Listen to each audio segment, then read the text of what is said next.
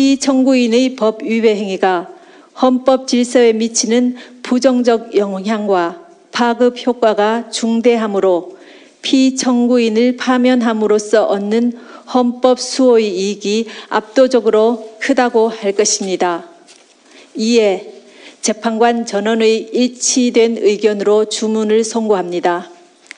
주문, 피청구인 대통령 박근혜를 파면한다. 대통령 박근혜를 파면한다.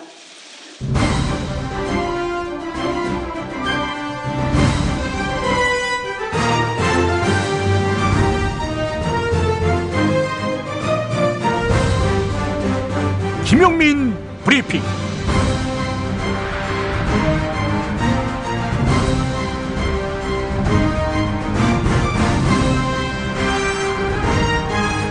(2017년 3월 11일) 토요일입니다.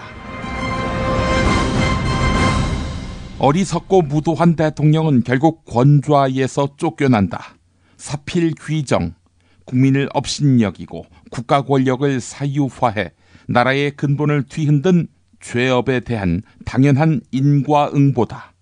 긴 겨울이 가고 봄이 오는 길목에서 썩고 병든 가지는 떨어졌다. 그리고 그 자리에 새로운 싹이 돋아나려 하고 있다. 오늘자 한결의 사설입니다. 단 한 건의 법 위반 없이 헌정 질서를 확고히 지키며 시민혁명을 완수한 세계사가 기억할 위대한 대한민국 촛불 시민 여러분, 다시 한번 경의와 찬양을 바칩니다. 당신들과 한 시대를 살게 되고 또 촛불을 함께 들어 영광입니다. 어제 이정미 헌법재판소장 대행의 주문 앞서 들으셨지요. 여기서 8명의 재판관 중 1명을 주목하려고 합니다. 김희수 재판관. 네, 통합진보당 위헌정당 심판 때 반대표를 던진 유일한 그분. 네, 이분은 세길교회라는 평신도 교회에서 종종 주일 예배 설교를 합니다. 작년 설교 중에 일부를 들어보겠습니다. 고난을 당하고 있는 사람을 보면 함께 울고 슬퍼하는 것이 인간의 도리입니다. 맹자는 인간의 근본 본성 4가지 중에 하나로 측은지심을 들고 있습니다. 그는 어려운 상황을 만난 사람에 대해서 불쌍히 여기는 마음이 없다면 사람이 아니라고 합니다. 왜냐하면 인간에게는 고통당하는 사람들의 호소에 응하는 본성이 있기 때문인 것입니다. 인간이 윤리적 주체라면 타자의 고통에 관심을 가지고 공감하는 윤리적 의무와 책임이 부과됩니다. 칸트는 이 윤리적 의무는 도덕법칙에 대한 존경심에서 나온다고 합니다.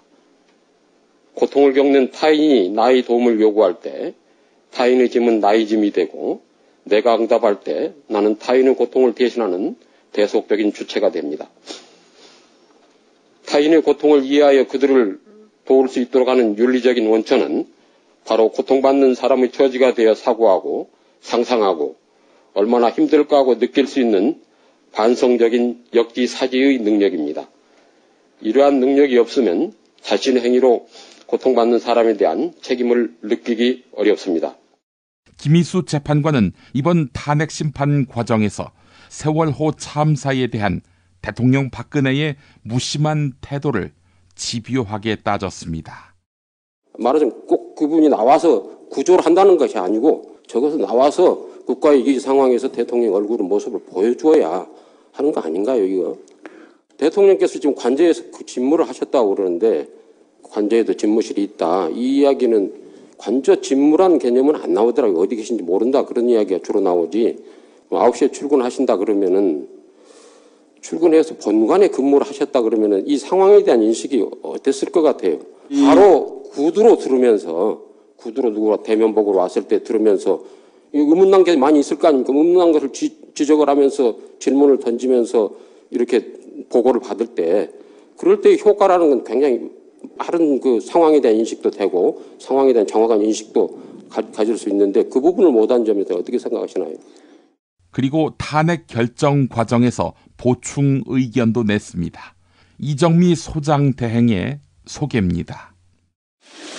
이 결정에는 세월호 참사와 관련하여 피청구인은 헌법상 성실한 직책 수행 의무 및 국가공무원법상 성실 의무를 위반하였고 김희수 재판관, 당신을 잊지 않겠습니다. 오늘 김용민 브리핑 2부는 박근혜 파면 당일 오후 3시부터 서울 세종로공원 특설무대에서 진행한 공개방송 실황을 보내드립니다. 광고 듣고 본격적으로 시작하겠습니다. 야, 근데 홍어가 진짜 그렇게 몸에 좋아? 아니 끝내준다니까. 근데 비싸지? 열나 싸고 열나 맛있는 홍어가 있다니까. 어디? 알싸한 홍어. 네이버 검색창에 알싸한 홍어를 검색하시고 1599-6456 전화 주문도 가능합니다. 노력한 만큼 내어주는 자연, 그 자연의 마음을 알기에 정성농장 홍삼. 검색창에서 정성농장 홍삼을 검색해주세요. 010-9754-6972. 다이어트 해야 하는데 좀 간단한 방법 없을까? 다이어트 전용 그린 스무디로 하루 한두 끼만 맛있게 바꿔 드시면 끝! 1522-6648 또는 비타샵을 검색해주세요. 허리가 아파요. 아랫배가 나와요. 골반이 바로 서야 건강도 아름다움도 바로 섭니다. 바디로직을 입으세요. 토크밴드의 입체적인 탄력이 틀어진 골반을 바로잡습니다. 간편하고 확실한 골반 교정 타이즈 바디로직.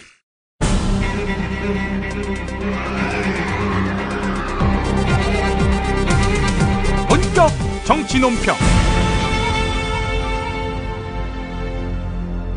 네, 김용민 브리핑 광화문 세종로공원에서 우리 시민 여러분, 아니 촛불혁명의 주역들과 함께했습니다. 반갑습니다.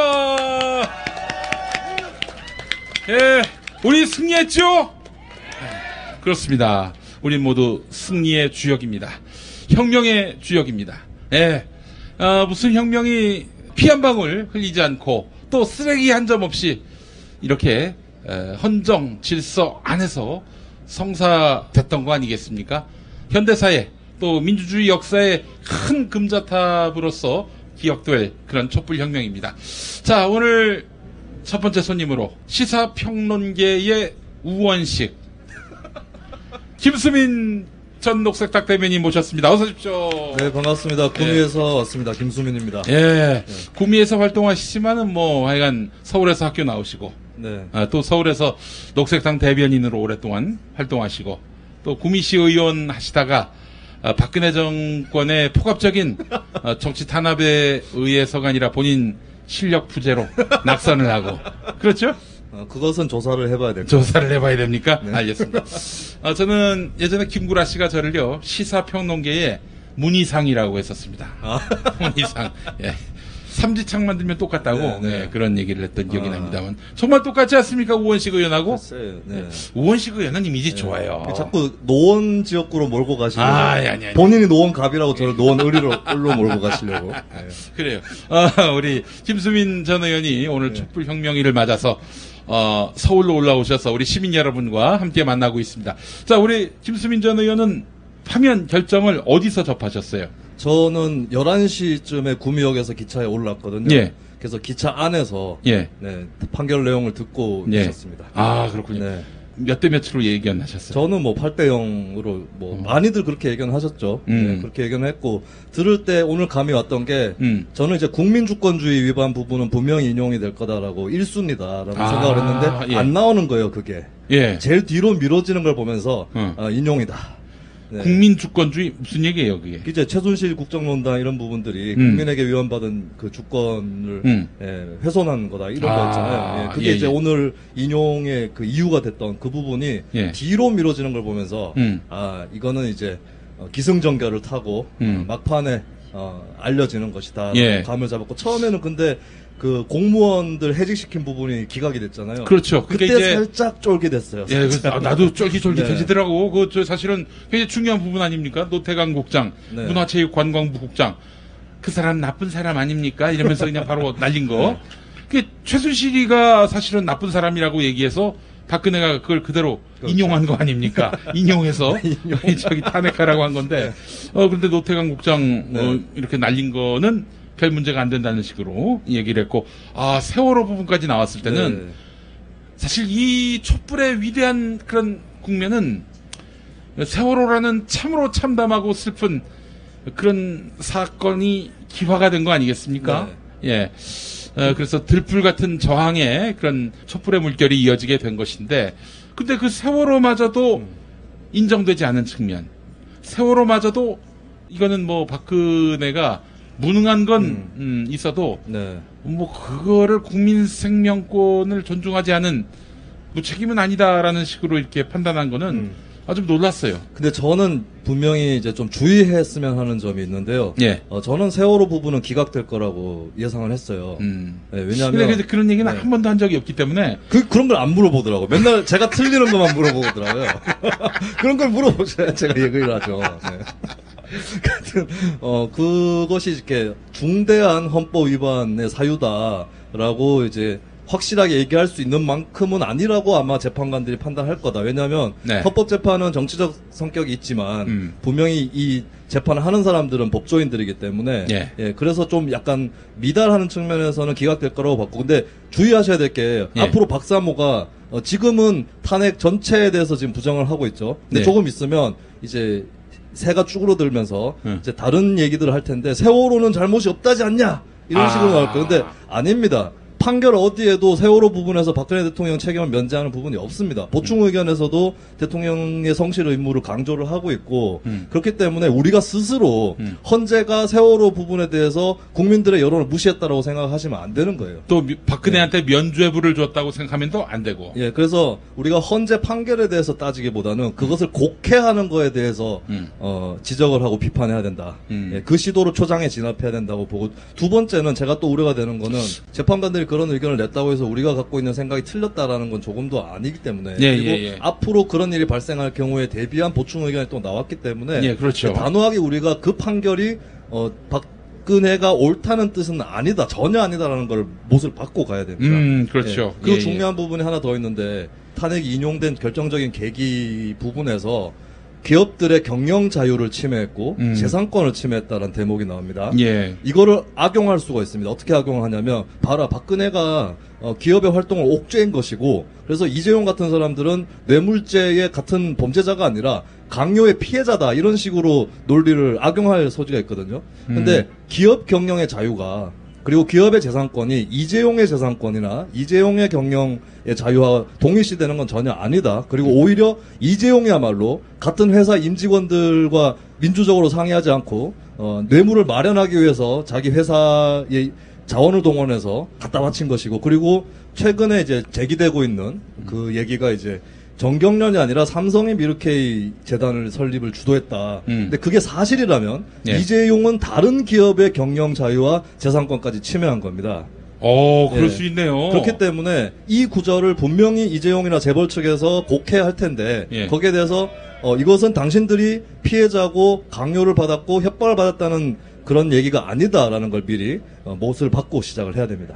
아니 뭐 지들도 받은 게 있으니까 줬던 거 아니겠어요? 예, 그러니까 이거는 뭐 절대 곡해할 여지가 없다라는 점을 다시 한번 또 우리가 상기를 해야 될 것 같습니다. 예. 자, 그래서 이제 기차 안에서 이렇게 박근혜의 파면 소식을 접하셨는데, 그럴 때 만세 한번 해야지. 여기서요? 아니, 기차 안에서. 조용히 있었습니다. 조용히 있었습니까? 제 앞에 어떤 아저씨는 주무시고 계셨고요. 저 말고 같은 칸에 한 7명 정도 타고 있었는데, 거의 다 자고 있었습니다. 이것도 이제 국민의 한 반응일 텐데, 물론 깨고 나셨으면 이제 새로운 세상을 발견을 하셨겠죠. 제가 이제 대전에서 기차를 갈아탔는데요. 대전역에서도 이제 좀 차분한 반응들이 있었고, 그래서 이제 서울역에 도착을 했는데 제가 점심을 안 먹어서 이제 식당에 들어가서 점심을 먹었습니다. 메밀 정식을 먹었는데 국물에다가 파를 넣고 면을 적셔가지고 파면을 먹었습니다. 오늘 같은 날은 이건 아재 개그가 아닙니다. 이거는 헌법 드립입니다. 그래요. 동의미의어 개그가 아닙니다. 저는 파면을 먹었습니다. 그래요. 국회 오늘 점심 식사가 잔치국수. 그렇습니다. 예. 그리고 저녁에는 안동 찜닭이라고 하고 말이죠. 예. 예, 그래요. 그 닭에 대한 모독이다. 저는 평소에 박근혜를 닭에 비유하는 거는 썩 탐탁치 않았습니다. 닭이 무슨 죄가 있다고. 그렇죠. 왜, 안 그래도 지금 AI로 엄청난 학살을 겪고 있는데. 그러니까 AI 파동을 수수방관한 거는 이제 본인이 달걀 맞기 싫어서 그런 것이 아닌가. 네. 아까 한 번 써먹으셨으면 또. 그랬나? 안 하시는 게 좋을 것 같은데. 비장의 개그 한번 썼다고 생각했는데. 아까 크게 재밌었으면 이해를 하겠는데. 또 그걸 두 번째 써먹으시니까. 그만해! 삭제! 실패! 예? 김종필 성대모사. 이분도 애청자시네. 그럼 요걸로 한번 하겠습니다. 5.16 쿠데타 때 장면 총리가 수녀원으로 도망을 갔는데 박근혜도 혹시 수녀원 가는지 모르겠어. 역사에 숨이 쌍관이야. 아이고. 이건 내 진짜 인정해. 이거 진짜. 또 자신 있는 거 한번 좀 해보세요. 안녕하십니까. 공화당의 총재 신동욱입니다. 여기 와서 보니 진보 진영에는 많은 허점들이 보이는군요. 아이고. 남들이 잘 안 하는 걸 합니다. 김진도의 김진. 자유한국당에 김용민 같은 좌파가 들어오면 격추시키는 자유당의 사드 김진입니다.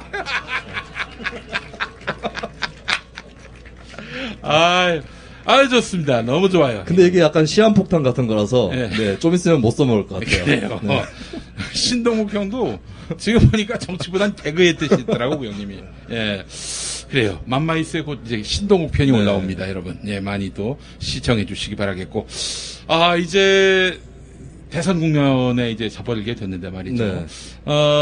아마 TK 쪽에 계신 분들은 상당히 어떻게 좀 마음이 갈피를 못 잡는 상황에 이르게 되지 않을까 싶은데 어떻습니까? 일단은 옛날 새누리당 지지자분들 중에 상당수가 투표를 안 할 것으로 보여집니다. 그래요? 그러니까 샤이 보수라고 해서 숨어 있다가 투표장에 갑자기 나타나는 게 아니라 그냥 표를 뺄 겁니다. 그러니까 2007년 대선 때 그 한나라당하고 민주당 쪽 후보하고 표 차이가 엄청나게 컸잖아요. 그게 그만큼 표가 옮겨간 게 아니라 민주당 성향이 있는 사람들 상당수가 사실은 기권을 한 거거든요. 그 중에 저도 있어요. 그때 기권하셨습니까? 기권했어요. 그렇군요. 그래서 그 현상이 거꾸로 이제, 저쪽 자유한국당이나 뭐, 바른정당까지 포함될 수 있겠는데, 그쪽에서 벌어질 거다. 그래서 TK의 투표율이 썩 높지 않을 거라고 저는 일단 내다보고요. 그리고 변수가 하나 있는 게, 4월 12일에 재보궐선거가 있습니다. 근데 그래요? 근데 경북의 상주 지역 쪽이 재보궐선거가 있거든요. 국회의원. 국회의원 그 김종태라고 부인도 선거법 위반하고 자기도 위반해가지고 부인이 날아가면서 자기도 날아간. 그래요. 근데 이게 극단적인 사태가 뭐냐면 이건 가정입니다. 김재원 전 청와대 정무수석이 공천 신청을 했어요.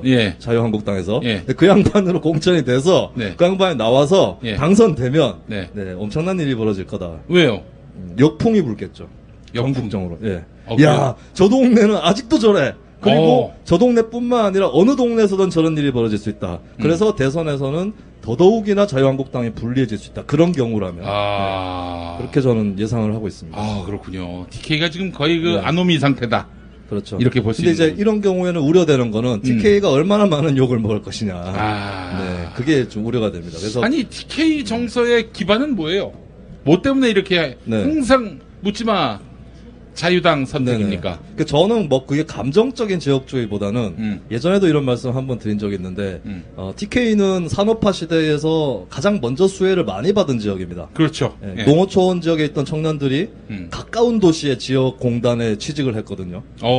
그러면서 이제 체제 내화되고 수능적으로 되어가는 그런 측면들이 많이 있었던 거고. 그래서 그분들한테는 이제 박정희 시대라든가 나아가서 전두환 시대까지 좀 좋은 시대로 기억이 되는, 취직도 하기 쉬웠고 그 덕분에 안정된 직장에서 먹고 살았다 이런 시대였었기 때문에. 박정희는 왜 이렇게 경상도를 밀어줬을까요? 일단은 자기 고향인 측면이 있죠. 당연히 있는 거고, 이 박정희 지지자들이 거짓말을 자주 하는 게 박정희가 경부고속국도를 추진할 때 김대중이나 야당에서 반대했다라는 얘기를 하는데요. 김대중이 그냥 대자로 누웠다 이런 소문도 있었어요. 그게 아니라 이제 고속도로를 뚫는 것 자체는 찬성을 당연히 했습니다. 근데 그 당시에 이제 국제사회에서도 그랬고 야당에서도 그랬고 고속도로가 시급한 거는 서울과 강원도 그리고 전라도와 경상도를 잇는, 그러니까 횡으로 그어지는 고속도로가 더 급하다. 그것부터 해야 전국이 균형적으로 동반 발전한다라는 거였거든요. 근데 경부선은 어차피 기차가 있는데 거기다 또 경부선을 또 짓는다. 이것이 바로 이제 지역 불균형 발전의 기원이 됐던 거죠. 근데 그것도 모르고 경부고속국도 그 고속국도 자체를 막았다. 이렇게 이제 박정희 지지자들이 계속해서 떠들어. 마타도어를 만들어냈군요. 자, 이제 TK의 어떤 정서가 사실 굉장히 혼동의 그 세월을 만나게 됐고, 야당이 지금 지지율 1위로 나오고 있지 않습니까? 경북 쪽에서도? 네, 여론조사에 따라서 조금씩 다른데요. 황교안이 1등으로 나오는 조사도 있고, 문재인이 1등으로 나오는 조사도 있는데, 근데 뭐, 안희정, 이재명 이쪽으로 또 분산되어 있는 야권표를 감안하면, 현재로서는 야권이 더 높다, 지지율이. 그렇게 볼 수가 있겠죠. 근데 저는 좀 우려되는 거는, 대선은 그럭저럭 가겠는데, 지방선거랑 총선에서 지금 범새누리당이 분열했기 때문에 그들 사이에서 쟁투가 벌어질 거란 말이죠. 그리고 그게 심해지면 전선이 그쪽으로 그어지면서 다 그쪽으로 시선이 집중이 됩니다. 예를 들면 저희 구미에서 옛날에 무슨 일이 있었냐면 이명박 정권 때인데 친이계 후보가 낙하산으로 한나라당 공천을 받았어요. 그래서 이제 그 당시에 현역 의원이었던 김태환이라고 주먹 잘 쓰는 사람이 있습니다. 김태환이 그 골프장에서 골프장 직원에게 오징어 채로 때린. 그 예전에 김윤환이라고 아십니까? 김윤환 동생. 그래서 그 양반이 공천에 떨어지면서 친박 무소속으로 나왔거든요. 그 둘 간의 싸움이 격화가 되니까 둘이 합쳐서 90%가 나온 거예요. 그래요? 원래 구미가 그 정도 안 나옵니다. 많아봐야 80%. 이렇게 싸우면서 막 이렇게 그 어떤 그 시장을 둘이 이제 양분을 했던 거군요. 그렇죠. 원래 민주노동당 후보가 당시에 구미에서 고정적으로 10%는 나왔거든요. 민주당이랑 따로 나가도. 근데 둘이 합쳐서 10%가 나왔어요. 그래서 그런 효과가 벌어질 수 있어요. 충분히. 경북도지사 선거를 포함해서. 그런 게 좀 걱정이 됩니다. 오히려 야권이 더 찌그러질 수도 있는. 지역 정치로 보면. 그런 부분은 좀 걱정이 되죠. 근데 뭐 지금 있나요? 모릅니다. 저놈들은 다시 어느 정도 살아날 수 있어요. 얼마든지 살아날 수 있다. 이완영이가 경북도지사 되면 어떡합니까?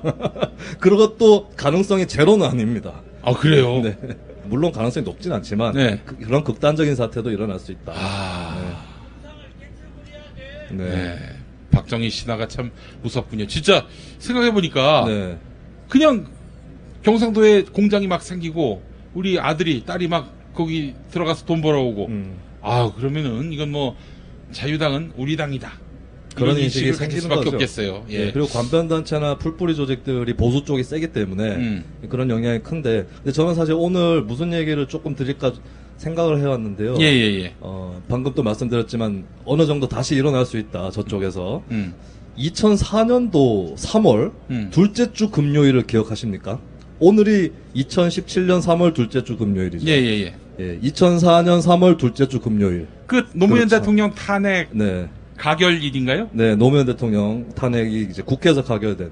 그때 뭐 하고 계셨어요? 그때 그때도 이렇게 인터넷 방송했었어요. 저는 그 당시에 이제 군 복무 중이었는데 순찰지구대라고 치안 현장에서 일을 하고 있었어요. 전경? 네. 마침 그러고 있었는데, 그래서 이제 경찰관들도 또 국민이고 또 현장에 이제 주민들이 정치적인 얘기를 하는 걸 들을 때도 있거든요. 야, 근데 탄핵 직전까지 아무도 그 일이 벌어질 거라고 생각을 안 하는 거예요. 탄핵이? 순찰지구대장님은 뭐 하겠어? 이러고 있고. 대통령 탄핵을? 그리고 그날 제가 마침 그날 비번이어서 쉬는 날이었거든요. 그래서 머리를 깎으러 미용실에 갔더니 미용실 아줌마들 노무현 대통령을 막 씹고 있는 거예요. 곧 자기들한테 무슨 일이 닥쳐올 줄 모르고. 그래요? 그리고 밥을 먹으러 식당에 갔더니 식당 아줌마가 그 국회 풍경을 보면서 지금 뭐야? 뭐 하는 거야? 당시에 그 열린우리당 의원 한 30명밖에 안 됐는데 40명 됐나? 그냥 뭐 다른 당 의원들이 이제 탄핵을 가결시키려고 하니까 결사조지를 했었죠. 뭐 끌려 나오고 막 울고 막 땅을 치고 막 그랬던 그런 일들이 있었던 그날 아닙니까? 그렇죠. 그러다가 몇 시간 뒤에 엄청난 이제 경량 속으로 전국이 빨려 들어가는 그런 경험을 우리가 한번 했었습니다. 그 당시에. 저는 그때 이제 좀 안 풀렸던 생각이 이제 한나라당이 왜 탄핵을 했을까? 저렇게 역풍에 당할 것이 전혀 예측이 안 됐나? 이런 생각이 좀 당시엔 들었어요. 예측했어요? 역풍은 어렴풋이 예측은 되는데, 네. 근데 탄핵 지지율은 또 만만치 않을 것 같다는 생각은 들었었어요. 거기에 속은 게 민주당입니다. 민주당이 그 당시에 그 ARS 여론조사를 많이 돌렸대요. 탄핵 직전에. 근데 해봤더니 찬성 반대가 비슷하게 나오는 거예요. 예, 조선일보에서도 그런 조사 결과가 나왔거든요. 중앙일보도 그랬습니다. 네. 그래서 이게 또 여론조사에 정치권이 속아 넘어갈 때가 있습니다. 그 대표적인 장면이 그때였다고 볼 수 있는데, 근데 한나라당은 왜 탄핵했을까라는 거에 대해서 제가 작년에 답을 찾았어요. 작년 총선 결과를 보고 이 새누리당이죠. 한 120 몇 석 나오고 그 결과를 보고 나서 노무현 탄핵을 안 했어도 새누리당이 저 정도로 나왔을 것이다. 왜냐하면 실제로 그 당시 열린우리당 지지율이 새누리당보다 훨씬 높았고요. 그 사람들은 열린우리당과 민주당이 분당을 했기 때문에 표를 갈라먹어서 수도권에서도 한나라당이 반사이득을 볼 거다. 이렇게 예측을 했지만 이번 총선에서 그랬나요? 아니었죠. 민주당이 오히려 수도권에서 낙승을 했었고, 그 당시에도 오히려 3당 체제에서 열린우리당이 잘 활용해서 한나라당 표까지도 끌어올 수 있는 가능성이 충분히 있었고, 그거를 미리 우려한 한나라당이 나중을 내다보고 일단 쳐버리자.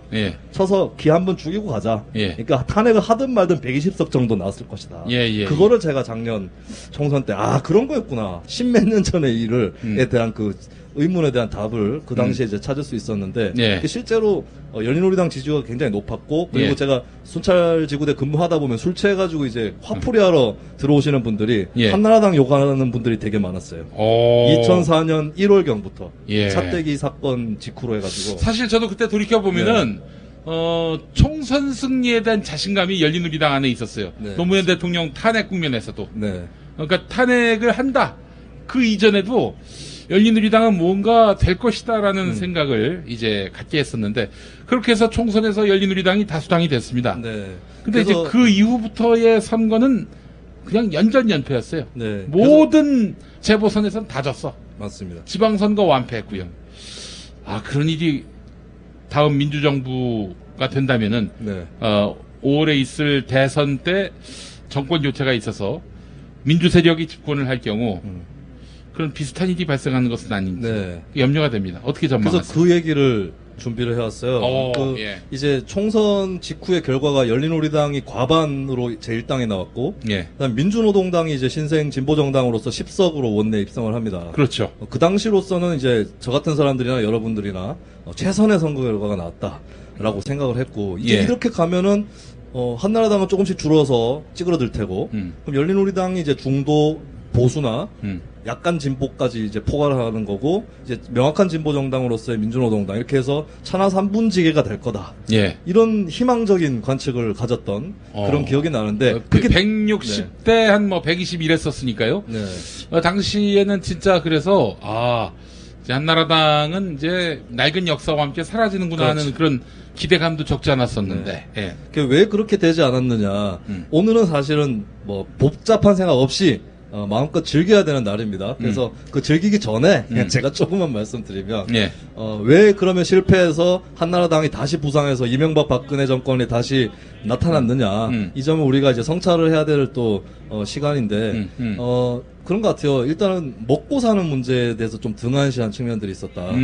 그래서 민주노동당도 마찬가지인 그런 측면이 있는데, 그때 당시 이제 국가보안법 폐지, 사립학교법 개정, 또 언론 관련한 거하고 친일청산 4대 개혁 입법이라고 해서, 근데 제대로 다 밀어붙이지도 못했거니와, 근데 국민들이 보기에는 이제 비정규직도 확대되고 있고, 영세 자영업자들도 고통받고 있는데, 등록금도 폭등하고, 그렇죠.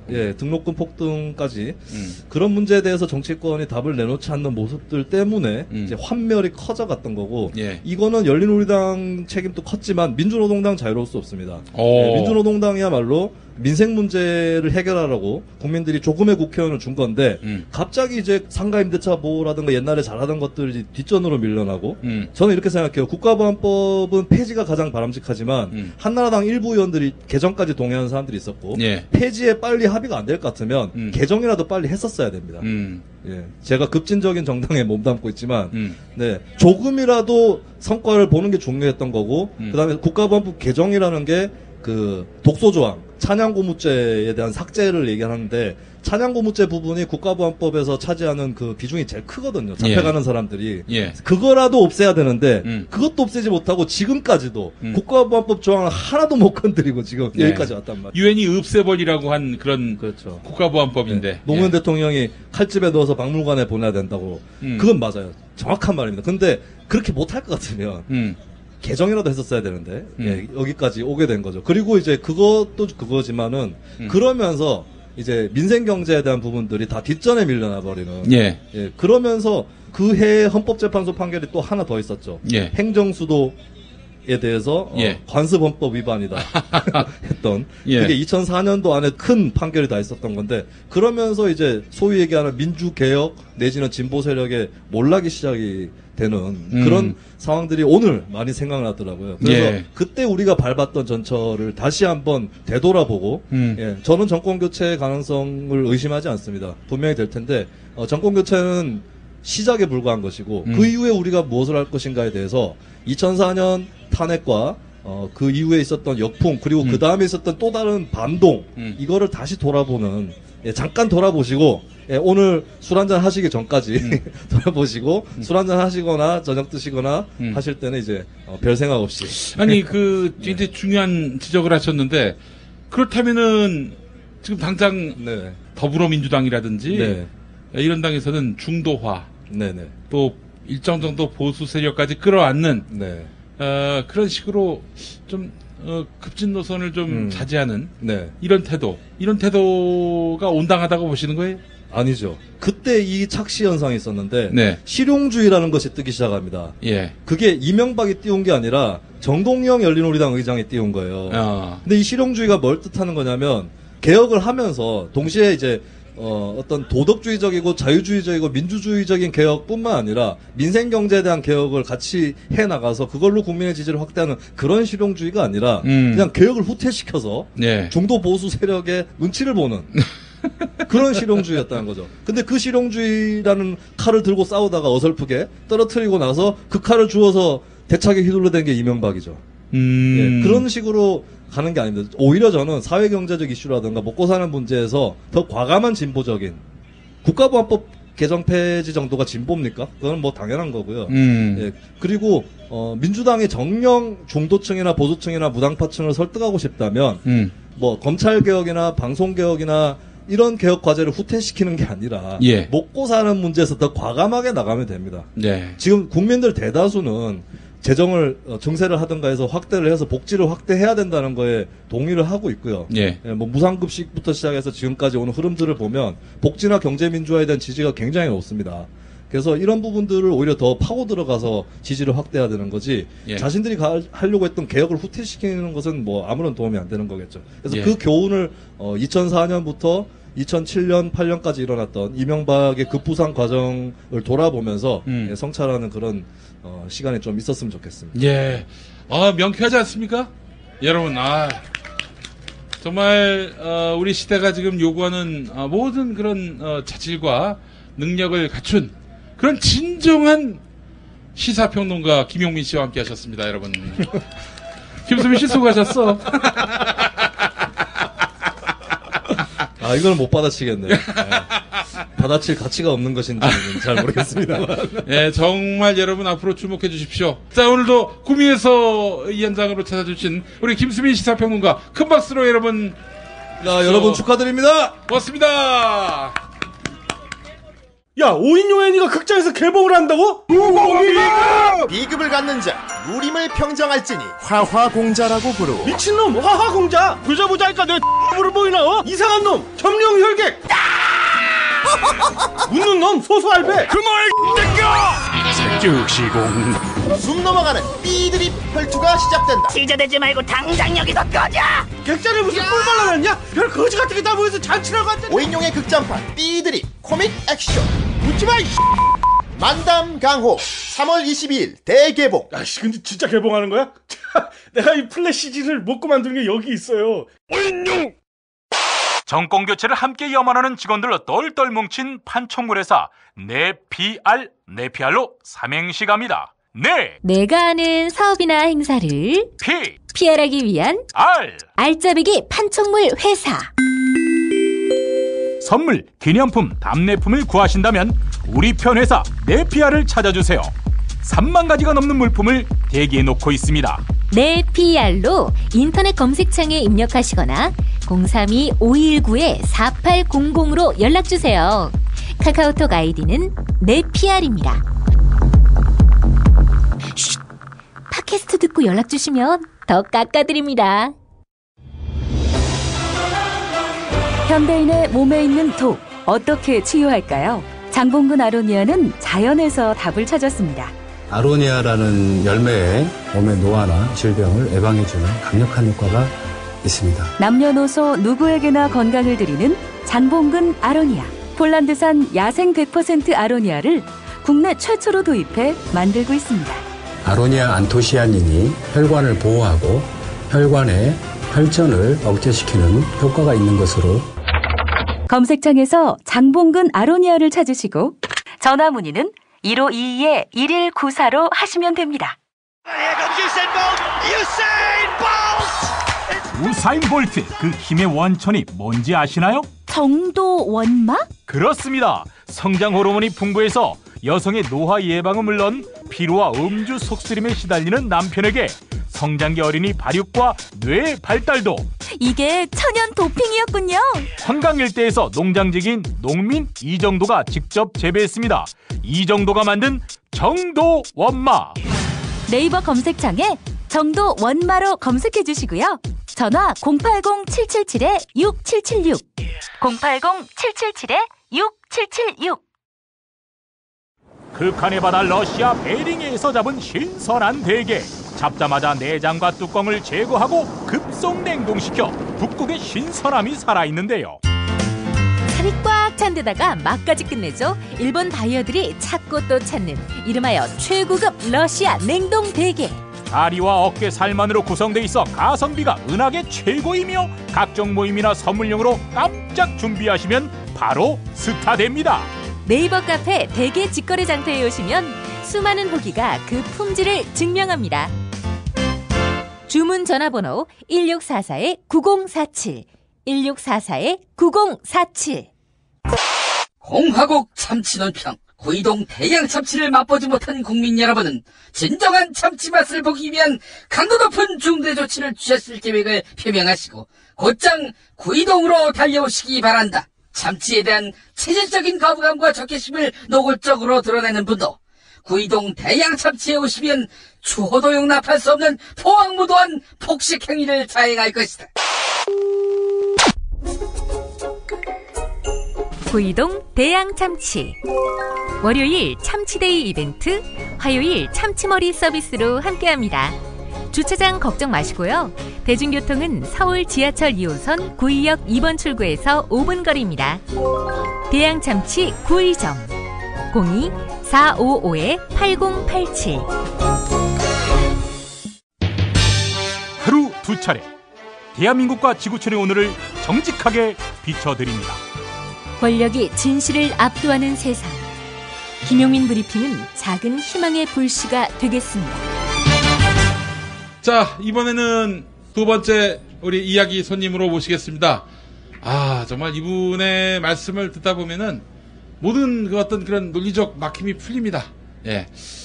뭐 그 자체로 역사이자 그 자체로 민주주의인 우리 김대중 전 대통령님의 아들이신 김홍걸 더불어민주당 국민통합위원장님 모시겠습니다. 큰 박수로 맞아주십시오.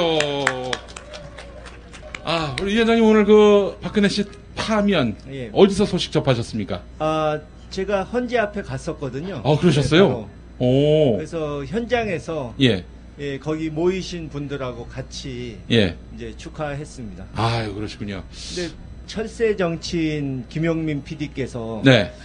이 타이밍을 잘못 선택하신 것 같아요. 예. 권력을 쫓아서 여당을 가셨는데 이제는 자유당이 여당이 아니잖아요. 아, 위원장님 뭘 모르시는데 저는 이제 엑스맨입니다. 어떻게든 그 당에 몸담으면 그 당이 망합니다. 예. 지난번에 민주통합당도 저 때문에 망하지 않았습니까? 아, 그런가요? 예, 예. 그것도 그렇고 저는 지금 자유당에서 탄핵당한 상황입니다. 탄핵 심판을 곧 제기할 예정입니다. 제명 취소 처분, 예, 곧 소송에 들어갑니다. 그러면은 예. 박사모 대신 김사모가 거기 가서 데모합니까? 용사모입니다. 아, 용사모. 예. 용사모입니다. 예. 하여간 여러분 너무나 기쁜 날입니다. 왜냐? 저를 제명시킨 당, 그 당이 이제 여당 꼬리표를 뗐기 때문입니다. 그 박수! 그 박수! 아, 위원장님, 8대0 예상하셨었죠? 그랬는데. 네. 자꾸 이렇게 괴소문이 들려가지고. 뭐 국정원 사찰이라든가. 이런 거 관련해서. 뭐 두세 명이 수상하다느니 이런 소문이 들려서. 예. 혹시라도 사실이면 어떡하나. 좀 걱정을 했죠. 여러분, 혹시 이 프로그램 이름을 아실지 모르겠습니다만, 김어준의 뉴스 공장이라고, 여기 교회 진행자, 김어준이라는 사람이 있는데요. 혹시 위원장님 이름 들어보셨습니까? 예, 상대해봤는데, 예. 요즘 감이 좀 떨어지신 것 같더라고요. 글쎄 말입니다. 예. 그 양반 어제 잠을 못 잤어요. 기각 판결 날까봐. 그래서, 아유, 왜 그러냐, 도대체. 왜 안목이 이렇게 얕으냐? 제가 얘기했었습니다. 예. 그런 설들은 전혀 근거가 없었던 겁니까? 근거 있어 보이는 소식통을 통해서 들어왔기 때문에 네. 이제 혹시나 하는 염려를 했던 거죠. 근데 보니까 역시 상식대로 결국 헌법재판관들도 뭐 자기한테 생기는 것도 없는데 역사에 두고두고 오명을 남기고 국제적으로 이상한 사람으로 알려지고 이런 것을 원하지는 않을 것 아닙니까? 예, 그렇죠. 또 대대로 그 후배들이 또 공부할 때, 예, 그렇죠. 최악의 판결로 이제 하나의 시범 케이스가 되지 않겠습니까? 로스쿨 이 교과서에 나오겠죠. 예. 그런 의미에서 보면은 역시 우리가 너무나 행복한 거는 상식이 이기는 세상이었구나. 그래도 이 대한민국이 그런 것을 확인할 수 있게 됐다는 점에서 참 안도의 또 한숨을 또 쉬게 됐습니다만은, 위원장님, 이제 박근혜 씨는 탄핵이 됐고 전 대통령이 됐습니다. 예. 곧 나오겠죠?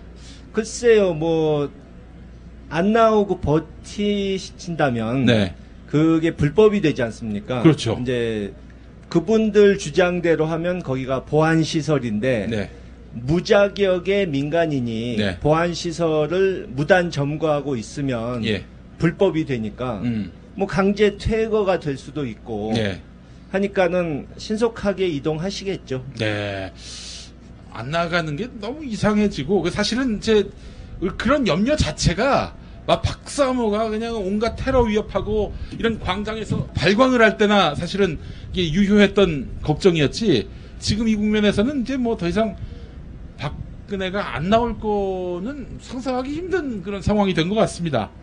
글쎄요, 이제 뭐 데모대도 예전처럼 국정원이나 재벌이라든가 전주들이 이제 제공한 전주들이 군자금이 이제 떨어져 가지 않을까. 그런 이제 판단이 서게 됐습니다. 또 여당 의원들이라든가 사이비 지식인들이 가서 그분들한테 탄핵 기각이 가능성이 높은 것처럼 그렇죠. 거짓 선동을 하지 않았습니까? 그렇죠. 그런 짓을 하면 안 되는 건데 그렇게 해가지고 그분들이 이 헛된 희망을 갖도록 상식 밖의 주장을 하는 바람에 뭐 충격을 받으신 분도 많을 것 같아요. 참 안타까운 일이죠. 정말 생각해보니까 자유당 의원들이 그렇게 그리고 헛된 주장으로 선동을 했었는데, 이게 사실인 양, 근데 자유당은 이제 앞으로 어떻게 될 것 같으십니까? 글쎄요, 제가 보기에는 좀 이렇게 분파가 그 안에서도 또 나뉘어가지고, 갈라질 가능성도 있지 않을까. 자유당원이시니까 잘 아시겠지만, 저한테 정보를 잘 안 줘가지고. 우리의 상식을 뛰어넘는 사람들이기 때문에 그렇습니다. 어떤 행동을 할지 사실 정확하게 예측할 수 있는 사람이 없습니다. 이 사태가 처음 시작됐을 때만 해도 석고대죄를 할 것처럼 그렇죠. 죽을 죄를 진 사람들처럼 하더니 점점 시간이 흐르니까 뭐 우리가 뭘 잘못했느냐, 뭐 청산할 것 없다, 뭐 탄핵도 하면 안 된다, 이런 식으로 말을 바꾸는 사람들이 막 나오지 않았습니까? 그저께만 해도 우리 김진태 동지가 탄핵 각하를 당론으로 하자. 이렇게 얘기했었죠. 그 사람들 웃기는 것이 하루 이틀 앞두고 그런 예. 거 탄원서 내봐야 이미 결정된 다음인데 그거는 정치적인 쇼지 그게 과연 박근혜 씨를 살리기 위한 것이냐 믿기 어렵다는 거죠. 예. 저는 사실 이렇게 봅니다. 어떻게 전망하느냐. 김진태를 비롯한 뭐 최경환 이런 우리 동지들이 이제 얼굴색을 확 바꿀 것이다. 박근혜는 간 사람이고 나는 또 나대로 살아야 될 거 아니겠어요? 영업 계속해야지 같이 순장될 수는 없잖아요. 그러니까 그때부터는 완전히 전혀 다른 논리와 전혀 다른 색깔로 나오게 될 것이다. 전 이렇게 봅니다. 뭐 정권이 바뀌고 몇 달 지나면 그 사람들이 또 무슨 얘기를 할지 지금으로서는 우리 상식으로는 판단하기 어렵죠. 예, 그래요. 우리 김진태의 앞으로의 변신을 여러분 한번 주의 깊게 봐주시기 바랍니다. 그 새끼는 말하지 마요. 그 새끼라고 하셨어요? 개새끼라고 하셨어요? 개새끼라고 하셨어요. 이게 말씀을 이렇게 너무 품격 없이 하셔. 개새끼가 뭡니까, 개새끼가. 아이고, 참. 김진태도 사람인데, 예. 죄송합니다, 위원장님. 오늘 품격 있는 자리에 모신다고 말씀드렸는데, 이거 좀, 민주당 얘기 좀 해보겠습니다. 이제 민주당, 현재 그 당 지지율은 뭐 사상 최대고요. 집권 가능성이 그 어느 때보다도 높은 시기로 우리가 또 지금 헤아리고 있는데 5월 초에 이제 대선이 있게 되지 않습니까? 예. 언제 대선이 있을 거라고 당에서는 보고 있습니까? 뭐 이미 중앙선관위에서 이 잠정 스케줄을 냈더라고요. 뭐 5월 9일 정도로. 그러니까 벌써 박근혜 정권 밑에 있는 조직이지만 괘씸죄 소리들을 걱정 안 하고 이미 탄핵 발표 전에 스케줄을 다 짜놓은 것이 아닌지 그렇게 보입니다. 5월 9일 화요일이더라고요.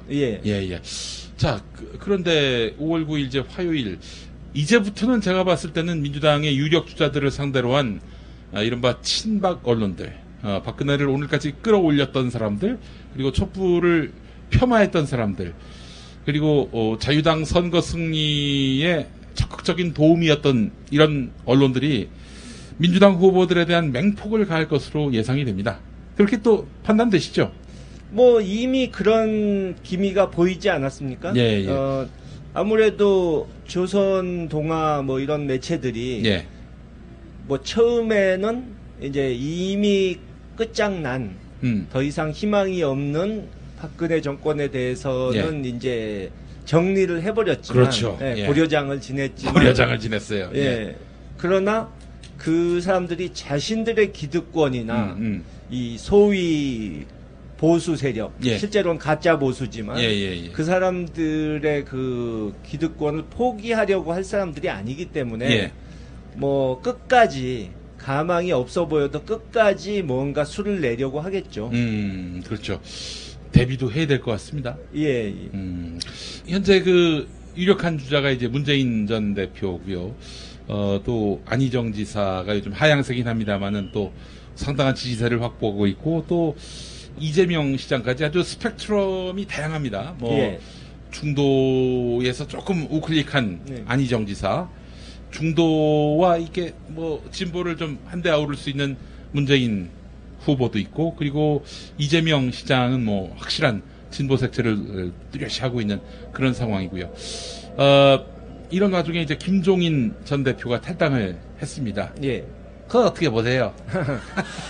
글쎄요, 제가 어제도 인터뷰에서 좀 얘기를 했는데 말씀 못 드린 부분이 이제 언론이 좀 제대로 보도를 해야 된다. 오늘 같은 날도 사실은 이제 탄핵 이야기로 덮어야 되는데 김종인의 파괴력 이러면서 막 띄우고 있어요. 그러니까 전에 어떤 프로그램에서 정두원 전 의원이 이 손학규 전 대표에 대해서 얘기를 하면서 아니 그분이 별 영향력도 없고 지지도도 낮은데 뭐 대단한 분처럼 이렇게 부풀려서 얘기를 하느냐 이렇게 팩트 폭력을 휘두르니까 그렇죠. 이 진행자가 오히려 당황해 하더라고요. 근데 그거는 사실을 얘기한 거거든요.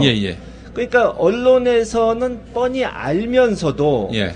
뭐 손학규, 김종인 이런 분들을 예. 실제 영향력이나 정치적인 힘보다 훨씬 과장해서 네. 보도를 해주면서 예. 뭐 그런 식으로 해야 또 기사거리가 나오니까 그러니까는 본인들도 이 좀 착각들을 하시는 것 같더라고요. 예. 내 힘이 그 정도구나. 아, 요즘에 내 그 영향력이 크구나. 김종인 전 대표가 그 여권 인사 유승민 의원 만나가지고 악수하는 표정 봤는데, 그래, 이거 이 맛이라고 봐요. 그 표정이었어요. 예. 그동안 얼마나 그거에 굶주려 있었나라는 생각도 들고요.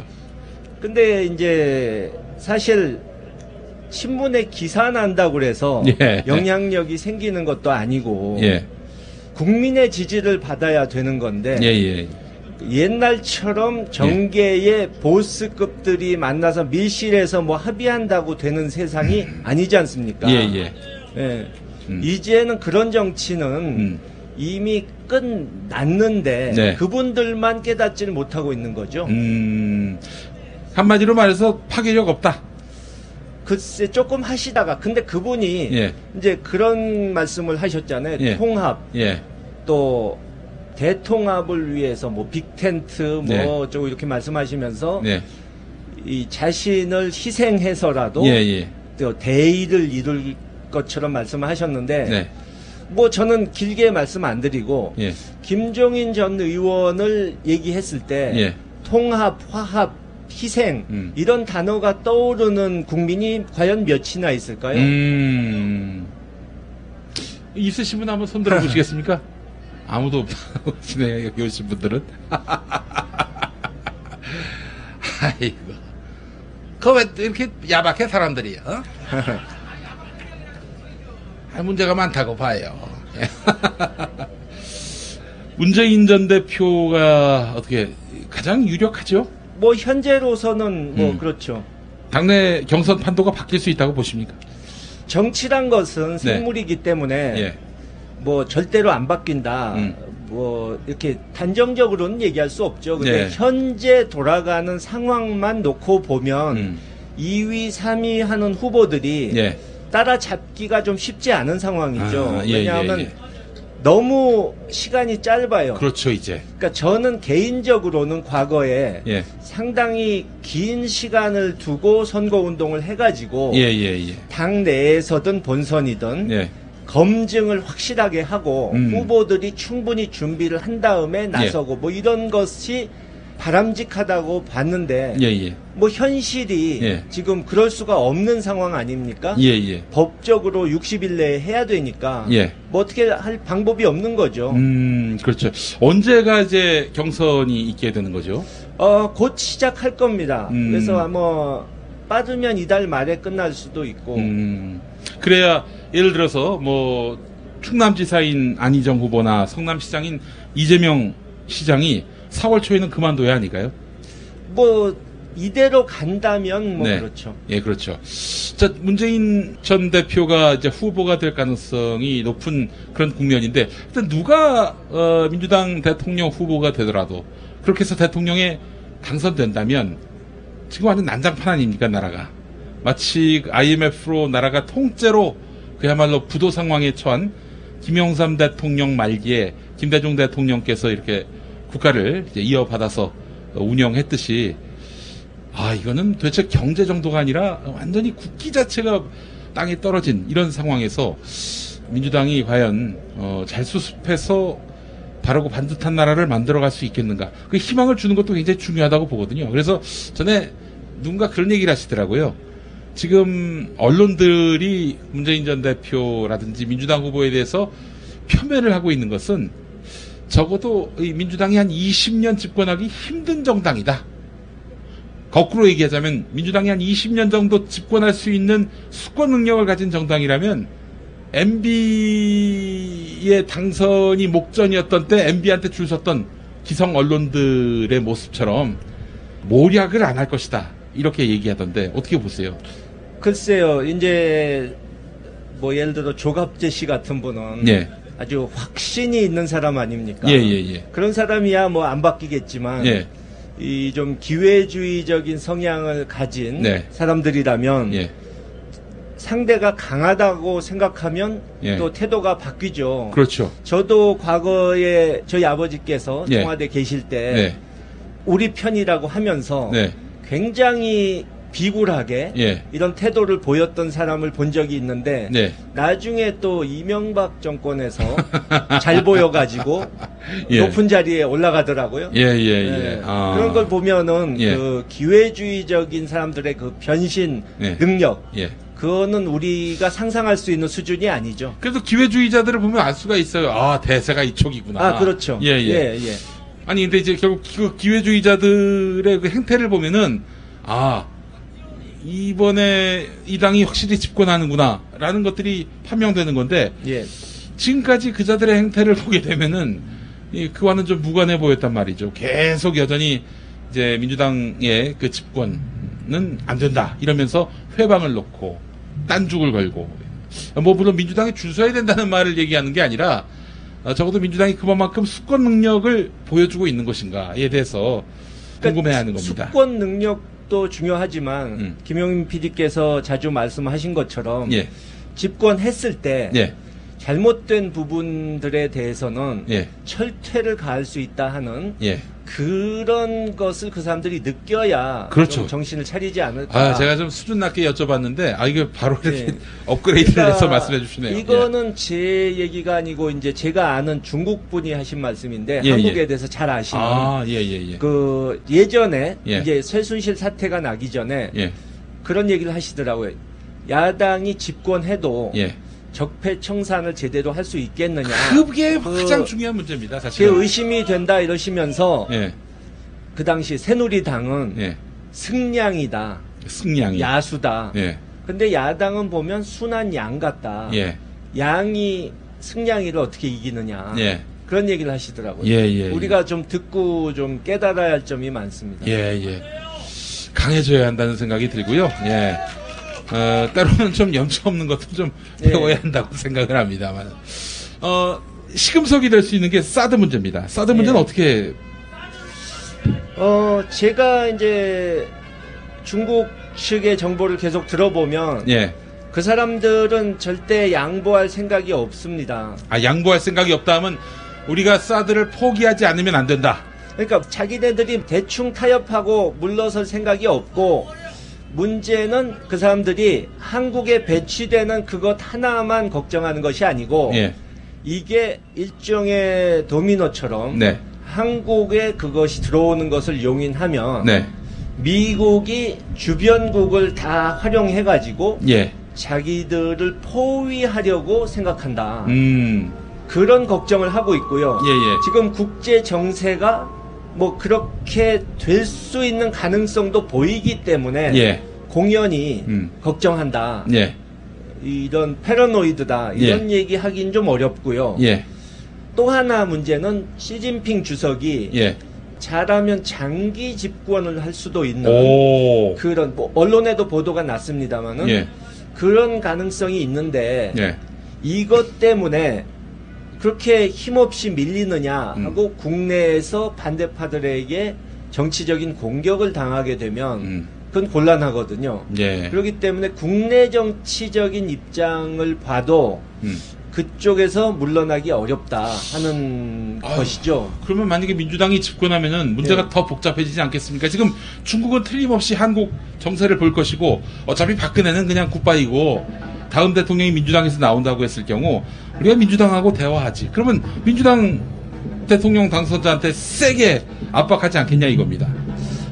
그동안에 보면은 물론 지금 이 중국 측에서 정권이 바뀌면 좀 대화의 여지가 있지 않을까. 지금의 정부는 마치 중국의 이 제재라든가 이런 지금 발생하고 있는 문제들이 눈에 안 보인다는 식으로 행동을 하고 있거든요. 그렇죠. 엊그제도 유일호 장관이 부총리가 중국의 보복이 있는지 확실치 않다. 좀 더 주시해 봐야겠다. 이런 소리를 하고 있는데 그분은 아마 이 중국 깡패들이 건너와가지고 연락에 패고 난 다음에 이제 아, 이게 보복이구나라고 생각할 것 같아요. 그러니까 예. 제가 그렇게 얘기를 했습니다. 온 국민이 다 아는데 마치 이거는 교통경찰이 교통사고로 쓰러져서 피 흘리는 사람을 보면서도 이게 사고인지 아닌지 확실치 않다. 좀 더 검토해 봐야겠다. 이 정확한 것을 파악한 후에 앰뷸런스 부르겠다. 이런 소리 하는 거나 마찬가지거든요. 아, 적절한 비유입니다. 그러니까 중국에서도 기분 나쁘겠지만 우리 국민들도 이분이 우롱하고 있는 거거든요.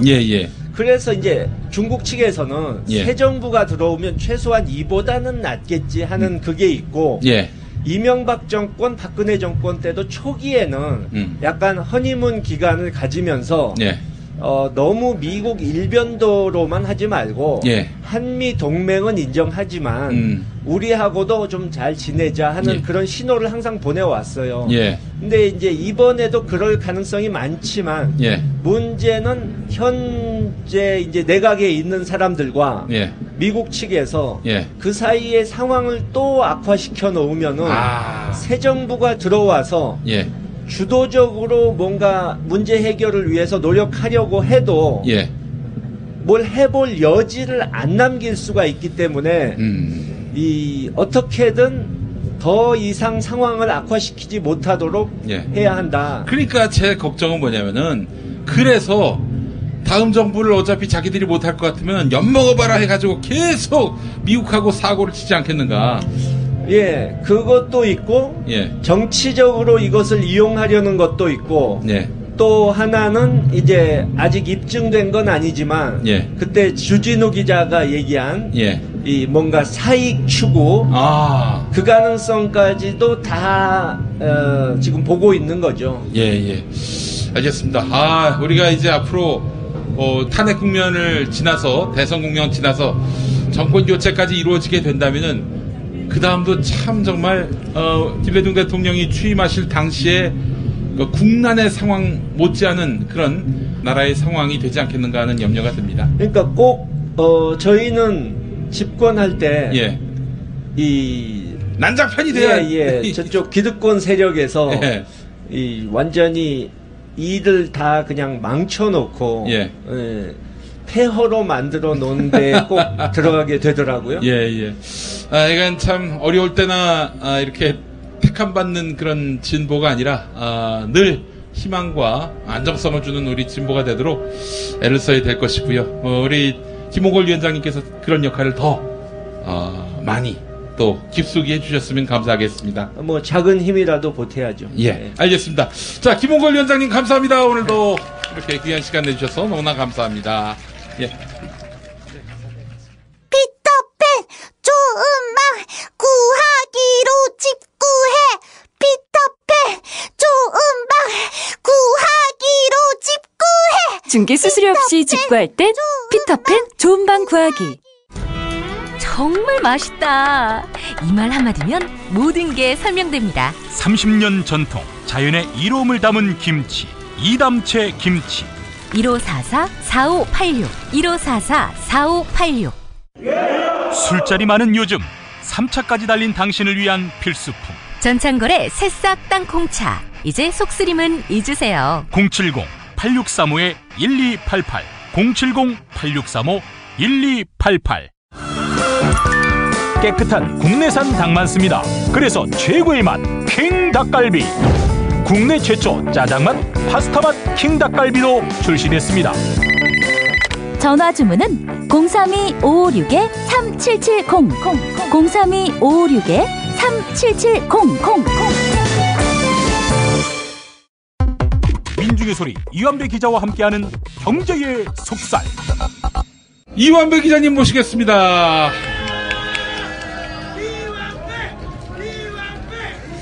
이런 얘기 들으면은 막 출마 의지가 막 샘솟아나는 전혀 그런 거 없습니까? 알겠습니다. 자, 우리 이완배 기자님 참 최악의 조건마다 이렇게 모시는 것 같은데 그래도 오늘은 아주 뭐 특별하죠? 지난주에 탄핵 결과와 무관하게 우리가 각자에게 축하하고 격려해 주자 이런 말씀을 해주셨어요. 어떻습니까 오늘? 너무너무 감격적이었고요. 예. 발표가 되는 순간에 예. 저는 이상하게 이 나이가 들면서 여성 호르몬이 많아져서 그런지 눈물이 확 터져버려서 예.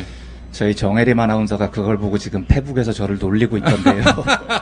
아주 오랜만에 왈칵하고 울고 말았습니다. 아이고 그러시구나. 얼마나 우리가 갈망했던 이런 결과였습니까? 네. 예.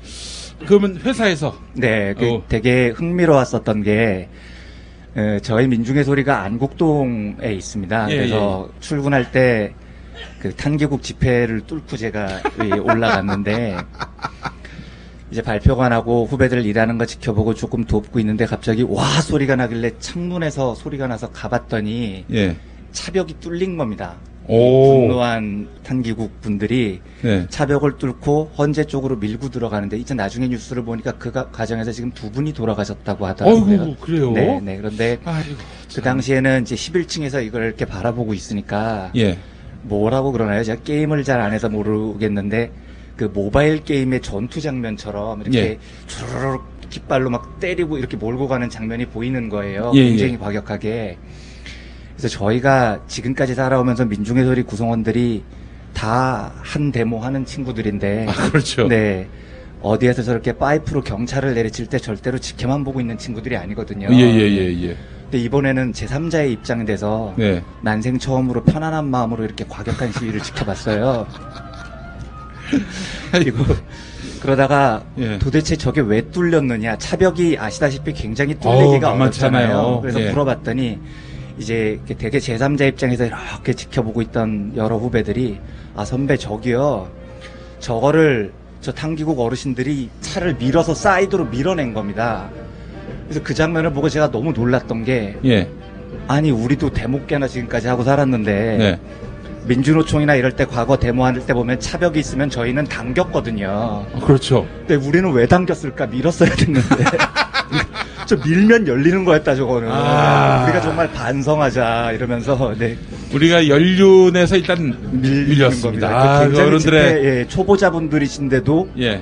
당기지 말고 밀었어야 된다는 간단한 진리를 저희들한테 오늘 보여주셨어요. 역시 네. 연륜이 네. 이 말해주는 지혜였습니다. 이제 큰 고비를 넘기긴 했지만은 우리가 가야 할 길은 먼 것 같습니다. 네. 예. 그 이야기를 오늘 뭐 좀 드려볼까 합니다. 네. 예. 그래서 오늘 사실 이완배 기자님께 그 지혜를 듣고자 이렇게 시민들이 추운 날씨에도 광장에 모이셨습니다. 맞습니다. 예. 안국동의 현인 이완배 기자. 오늘 어떤 화두 전해주시겠습니까? 네, 우선 이건 이제 방송에서 한번 말씀을 드린 적이 있는 이야기인데요. 이 사례 외에 딱히 딱 맞는 사례가 생각이 안 나서 한번 들으셨던 이야기라도 한번 더 해도 괜찮으시겠습니까? 네. 제가 과거에 그 네이버라는 회사에 다닐 때 있었던 일입니다. 저는 이번에 탄핵이 대한민국 역사를 바꿀 거라고 확신합니다. 그런데 그 이유가 뭐냐면 우리 민중들과 시민들에게 희망이라는 유전자를 가슴속에 새겨줬기 때문이라고 생각을 합니다. 자본주의에서 지배자들이 제일 위험하다고 생각을 하는 건 시민들이 희망을 갖는 겁니다. 그래서 언제나 시민들을 절망에 빠뜨리려고 하죠. 어떨 때 보면은 지독하다 싶을 때가 있지 않습니까? 뭐 진보 보수를 떠나서요. 네. 제가 한번 말씀드렸던 염호석 동지 열사 시신 탈취 사건이나요.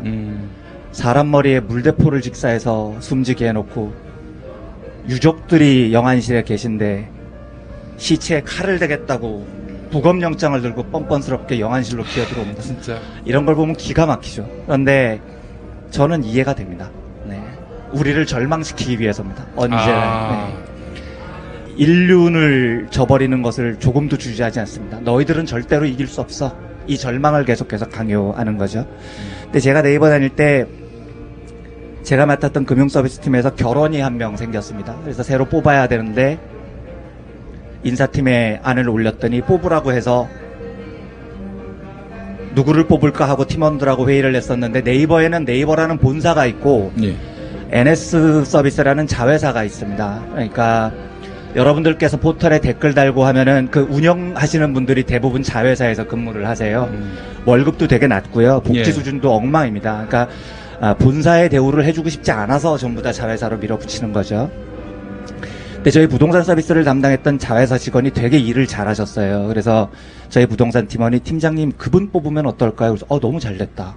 맞네. 그 친구 뽑으면 되겠다. 나보다 일 더 잘하는데 뽑으면은 뭐 서비스 설명해 줄 것도 없고 뽑자고 했더니 인사팀에 간을 올렸더니 바로 안 된다고 빠꾸 메일이 왔습니다. 네. 그래서 이거 뭐야 도대체 이유도 설명이 안 돼 있고 하고 제가 항의 메일을 쓰는데 과장 한 명이 와서 말리더라고요. 네, 써봐야 소용없다고 그 팀장님. 그래서 왜 그러는 건데 물어봤더니 네이버라는 회사에는 원칙이 있다는 거죠. 어떤 경우에도 자회사에서는 본사로 뽑지 않는다는 겁니다. 그래서 이게 이런 원칙은 왜 생기는 건데 하고 물어봤더니 이렇게 대답을 해요. 한 명이라도 자회사에서 본사로 넘어오면은요 자회사 직원들이 희망을 갖는다는 거예요. 희망을 가지면 안 된다. 그렇습니다. 단 한 명만 넘어와도 우리도 본사로 넘어갈 수 있어라는 희망을 노동자들이 갖게 되고요. 혹시 이러면 안 됩니까? 네. 자회사 다니다 사표 내고 네. 자연인이 됩니다. 네. 네이버 시험을 보는 거예요. 그것도 안 됩니다. 그것도 안 돼. 그것도 안 됐을 겁니다. 자회사 출신은 아예 그냥 이게 딱 낙인이 박힌 놈이. 아마 제 기억이에요. 네. 네이버가 그렇게 나쁜 회사가 아니거든요. 근데 본능적으로 알고 있어요. 자본은요. 제일 두려운 건 희망을 갖는 거예요. 사람이 희망을 가지면 주변을 돌아보게 됩니다. 그렇죠? 내가 살고 있는 현실이 올바른지 안 올바른지를 자각을 하게 되죠. 그리고 사람은 그 자각을 하게 되면 싸울 줄 알게 되는 겁니다. 그걸 가장 두려워하니까 희망을 못 갖게 하는 겁니다. 근데 제가 오늘 무슨 말씀을 드리고 싶냐면 희망은요. 자회사에서 본사로 한 50명이 넘어왔을 때 생기는 게 아닙니다. 100명 정도가 넘어왔을 때 생기는 게 아니에요. 한 명만 넘어오면 됩니다. 한 명만. 네. 네이버가 절대로 한 명도 못 뽑겠다는 원칙을 고수했던 이유는 뭐냐면 딱 한 명만 넘어와도 사람들은 희망을 갖는다는 겁니다.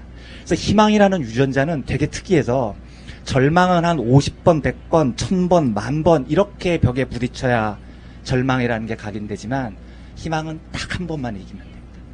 이게 그래서 정말 위대한 겁니다. 저는 이번 촛불혁명이 그래서 한국의 역사를 바꿀 거라고 생각합니다. 한번 생각을 해보십시오. 지금 만약에 군부가 또라이 짓을 한다고 해서 쿠데타를 일으켰습니다. 그래서 지금 청와대를 점거했습니다. 그러면 여기 계신 시민분들께서는 아휴 헬조선이 그렇지 뭐 안 되겠다 역시 우리나라는 물러서야지 이렇게 생각하시겠습니까? 아니지 않습니까? 왜냐하면요 이겨봤거든요. 한 번 이겨봤거든요. 한 번이라도 이겨본 사람은요 절대로 다시 백도가 안 됩니다. 저는 그래서 이번 탄핵이 앞으로 지속가능한 복지국가를 만드는데 대한민국의 혁신적인 변화를 일으킬 거라고 생각을 합니다. 오늘 기쁜 날이니까 제가 좀 뜬금없는 이야기 하나 드려도 괜찮을까요? 상관없습니다. 네. 욕을 하셔도 됩니다. 그런가요? 네. 굉장히 당황스러워 하실 것 같은 주제입니다. 첫사랑 이야기를 해보겠습니다. 제 첫사랑이 아니고요. 첫사랑이 누군지는 다 기억나시죠? 네. 첫사랑이 왜 기억나는 줄 아세요, 혹시? 이거는 경제학에서는 자이가르닉 효과라는 이름으로 명명을 합니다. 이게 이제 사실은 원래 그러니까 미완성 효과라고 부르는데요. 저는 이제 경제학에서 마케팅을 공부를 하면서 배웠습니다만 사실은 원래는 심리학 용어라고 해요. 심리학에서 발달을 했다는 겁니다. 자이가르닉이라는 러시아의 한 심리학자, 사실은 대학생이었었는데 식당에서 주문을 했습니다. 근데 종업원이 주문을 되게 복잡하게 했는데 너무 잘 외우는 거예요. 그래서 신기하다 이렇게 보고 있었습니다. 다른 테이블에서도 주문을 아무리 복잡하게 해도 다 외우는 거예요, 이 종업원이. 그래서 나갈 때 물어봤다는 거죠. 내가 아까 주문한 거 어떻게 그렇게 잘 외우냐고. 그랬더니 무슨 말씀이시냐고. 아니 내가 아까 그렇게 복잡하게 주문한 거 다 기억하고 있지 않으세요? 그랬더니 종업원이 죄송합니다만 뭐 주문하셨죠? 이러더라는 겁니다. 그래서 이 심리학자가 궁금해지기 시작했어요. 왜 내가 주문을 했을 때는 다 암기를 하던 사람이 주문한 음식이 다 나오고 나니까 이 사람은 까먹을까? 도대체 인간의 심리에서는 어떤 게 작용을 할까 하고 실험을 합니다. 그래서 수십 명을 불러놓고 두 그룹으로 나눕니다. 두 그룹으로 나눠서 똑같은 과제를 내려줍니다. 그런데 한 그룹은 그냥 그 과제를 무사히 마치도록 놔둡니다.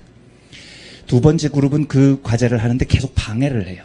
방해를 하다가 중간쯤에 다른 과제를 내줍니다. 앞에 과제를 못 끝내게 하는 거죠. 그런 다음 일정 시간이 지난 다음에 두 그룹한테 물어보는 겁니다. 첫 번째 과제가 뭐였는지 기억나세요? 라고 물어봅니다. 그러면 그 과제를 아무 방해 없이 깔끔하게 끝냈던 그룹은 굉장히 많은 비율로 자기가 뭘 했는지를 까먹습니다.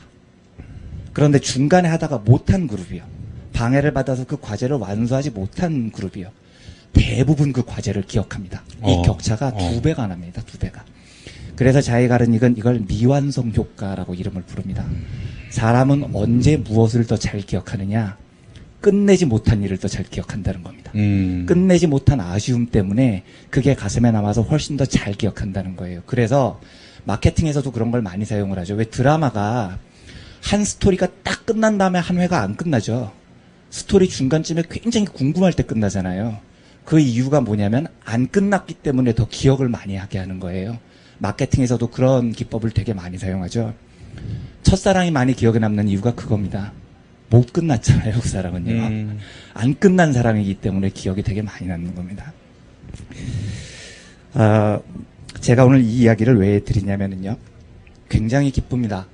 그리고 탄핵이 완성이 됐기 때문에 저도 오늘 스스로에게 상을 주면서 먹고 싶었던 고등어회를 먹으면서 네, 저를 칭찬해 줄 겁니다. 예. 그런데 오늘 내일 모레까지 기뻐하고요.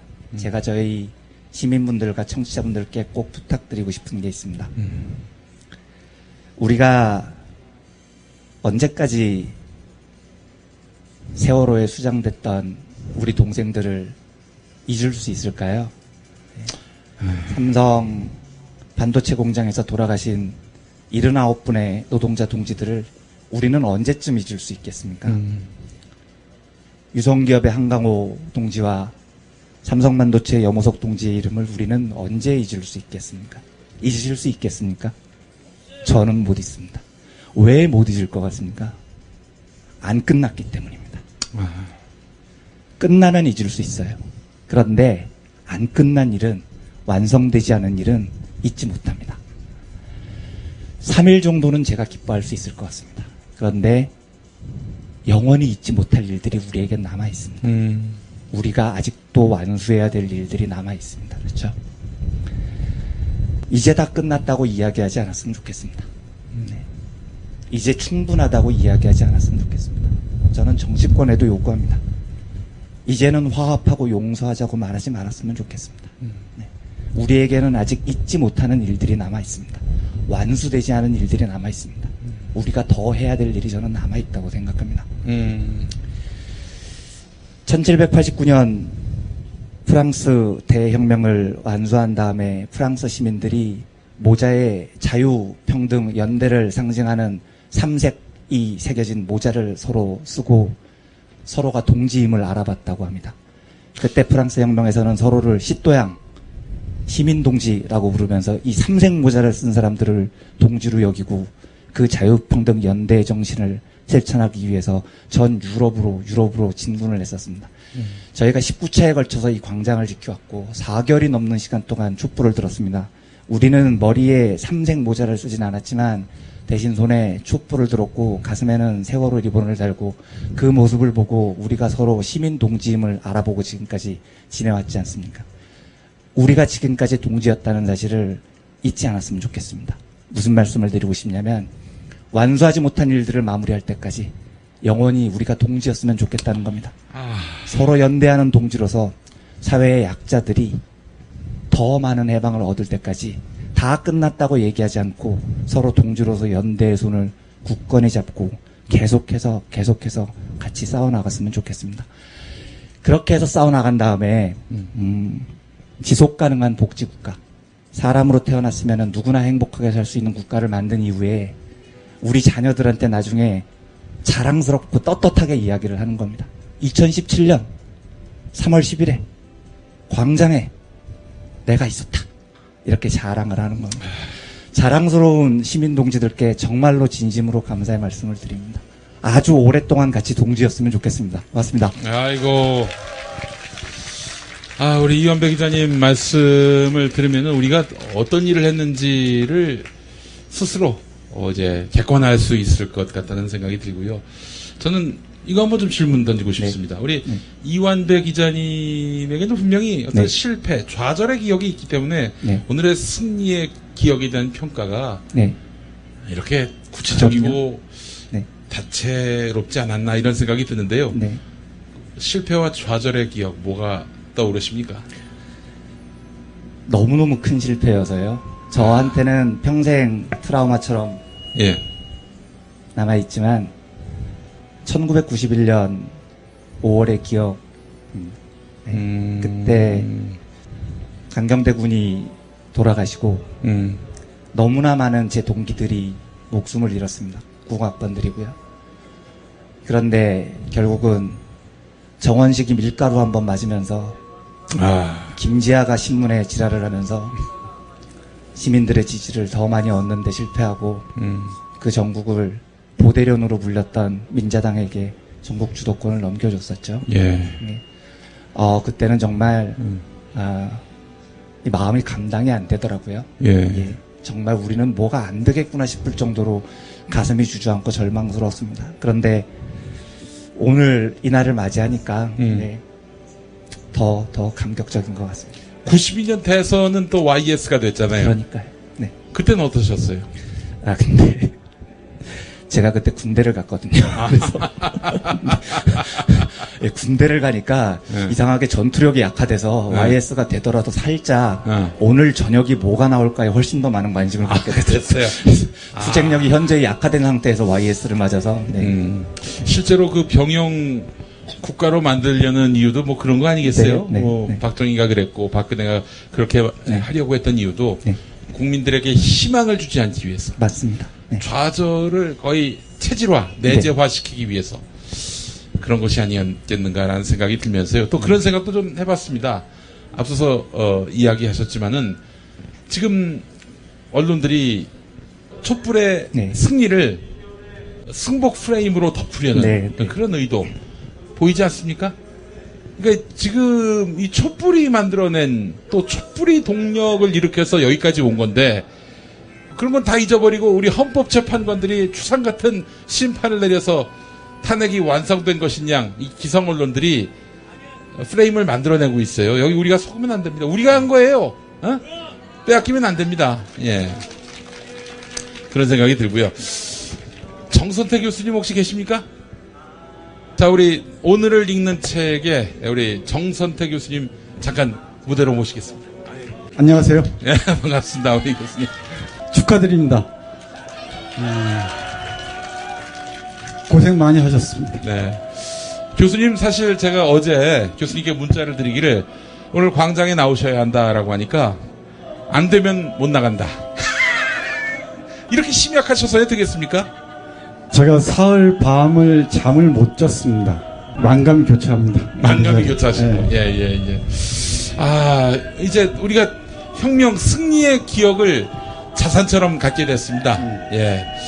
이 자산을 잃지 않고 유지하는 것도 굉장히 중요한 과제가 됐는데 교수님 한 말씀 해주시죠. 말이 뭐가 필요하겠습니까?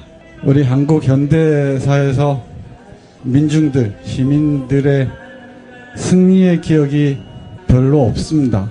잠깐 승리했다가 그 다음에 또 다른 개들한테 물려주곤 했는데 그런 의미에서 이번 촛불혁명의 오늘이야말로 정말 새로운 이제 말만이 아니라 정말로 새롭게 시작해야 할 조금 어렵게 말씀드리면 촛불혁명 시민들이 정치적으로 주체화해야 비로소 우리가 진정한 승리를 경험할 수 있을 거라고 생각을 합니다.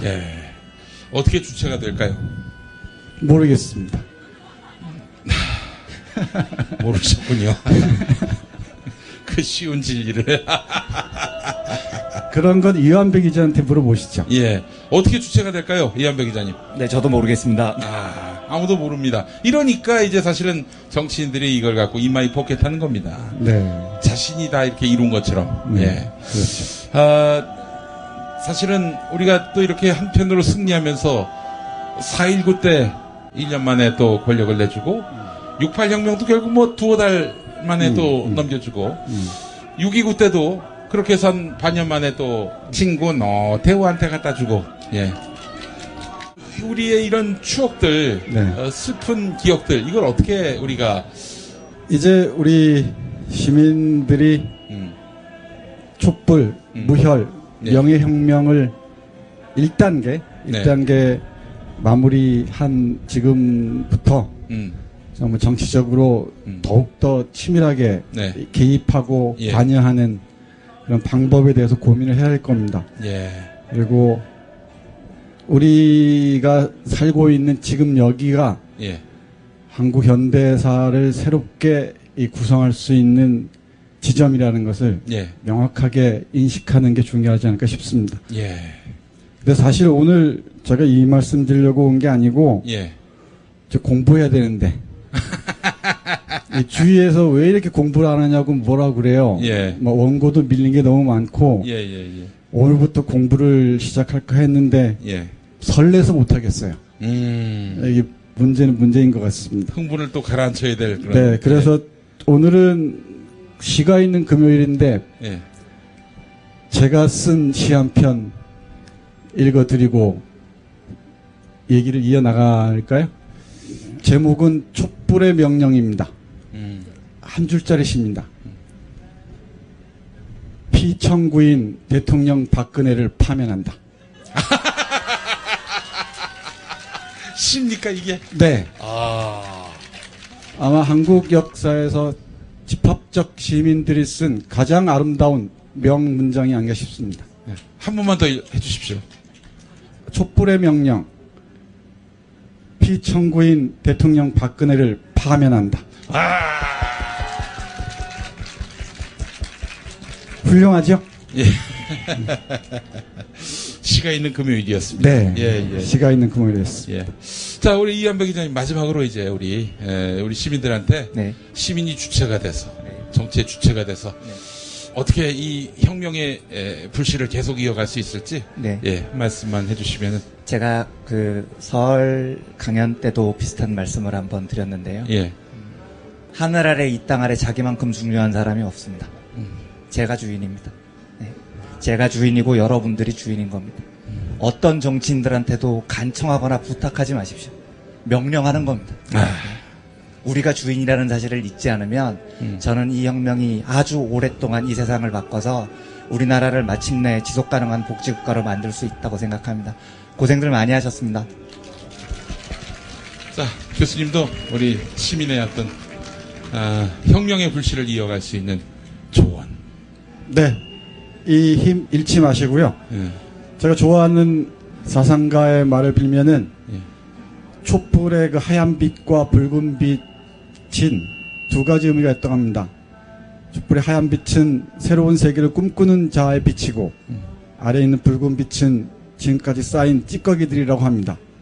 이걸 태워나가는 역동적인 운동, 그 싸움에서 여러분들이 마지막에 스스로 주체가 돼서 끝까지 승리해 주시기 바랍니다.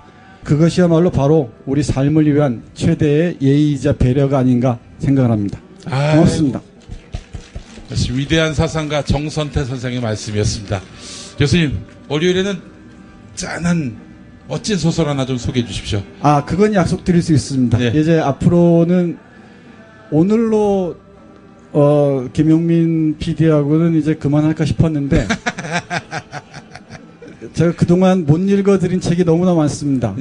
다음 주부터는 아름답고 깊이 있고 좀 달달한 책도 여러분들에게 배달해 드리도록 하겠습니다. 고맙습니다. 예, 감사합니다. 우리 정선태 교수님과 함께했습니다. 안녕하세요. 조광래 중고차 돌아온 오늘의 한마디. 한국인은 인내심이 강합니다. 하지만 참다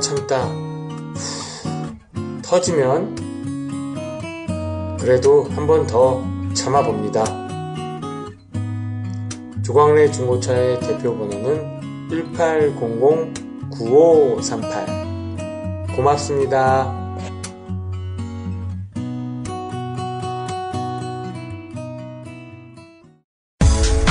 운전자를 위한 꿀팁 7,000원 운전자 보험 카페. 알고 계세요? 교통사고가 나면 형사합의금, 벌금, 변호사 비용 이거 자동차 보험에서는 보장 못해요. 운전자 상해까지도 책임져 드리는 7,000원 운전자 보험 카페. 버스, 택시, 트럭 등 영업용 차량 운전자를 위한 12,500원 운전자 보험 카페도 있습니다. 실손, 부모님 건강, 자녀 보험도 안내해 드립니다. 02849-9730 연중 무휴라 언제든 02849-9730. 6살 하늘이 밥을 잘 안 먹어요. 그런데 이때 택배입니다. 연지연 곰탕이 배달됐어요. 직접 도끼로 팬 장작불 위에 한우 사골과 도가니를 가마솥에 한가득 넣고 24시간 끓인 진국. 연지연 곰탕이 하늘이 입에 들어가는 순간 아, 맛있다. 엄마 한 그릇 더 주세요. 조미료 같은 첨가물이 전혀 들어가지 않아 엄마의 기쁨은 더하답니다. 7팩 이상 무료 배송합니다. 주문 전화는 010-7252-1114 010-7252-1114. 김용민 브리핑과 함께하는 브리핑 대리운전 1522-9687 1522-9687. 수익금 일부는 김용민 브리핑 드라마 악인 열전 제작비로 쓰입니다. 박근혜가 구속되면 1회 공짜 이용이 가능한 대리운전 브리핑 대리운전. 브리핑 대리운전 번호 잊지 않으셨죠? 1522-9687 1522-9687. 저는 오늘로 대통령직을 사퇴합니다. 서로 돕고 이끌어주는 문자당. 문자당이 문자당 샵을 열었어요. 중소상공인과 농업 생산자들을 위한 큰 장터. 아니 몇 개라고 그랬어? 2개, 3개. 남았으니까 그냥 서비스 하라. 하나는 공짜. 농민회와 여성연대 같은 사회단체들이 추천하고 문자당이 엄정하게 검증한 상품과 서비스를 온라인으로 판매해서 수익금의 일부는 각 단체에 기부하는 장. 협동, 자조, 상생회, 진보 열린 장터, 문자샵. 포털이나 SNS에서 문자당을 검색하세요.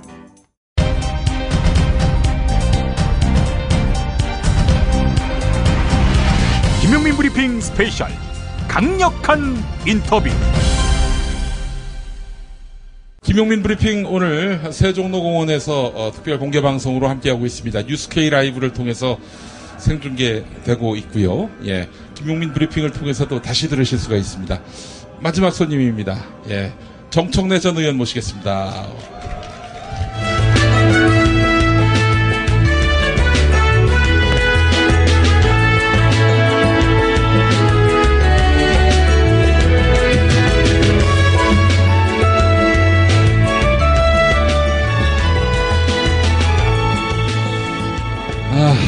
이 시대 참 무엇입니까? 참 겸손인. 참 겸손인. 예. 네, 정청래입니다. 예. 참 파면인. 예언인. 네, 제가 사실은 이 방송을 4시에 예약이 돼 있었는데, 우리 김용민 PD한테 못 가겠다 문자했는데 왜 답장을 안 해요? 아, 방송 중인데 어떻게 답장을 합니까? 그래요? 또 반가운 문자도 아닌데.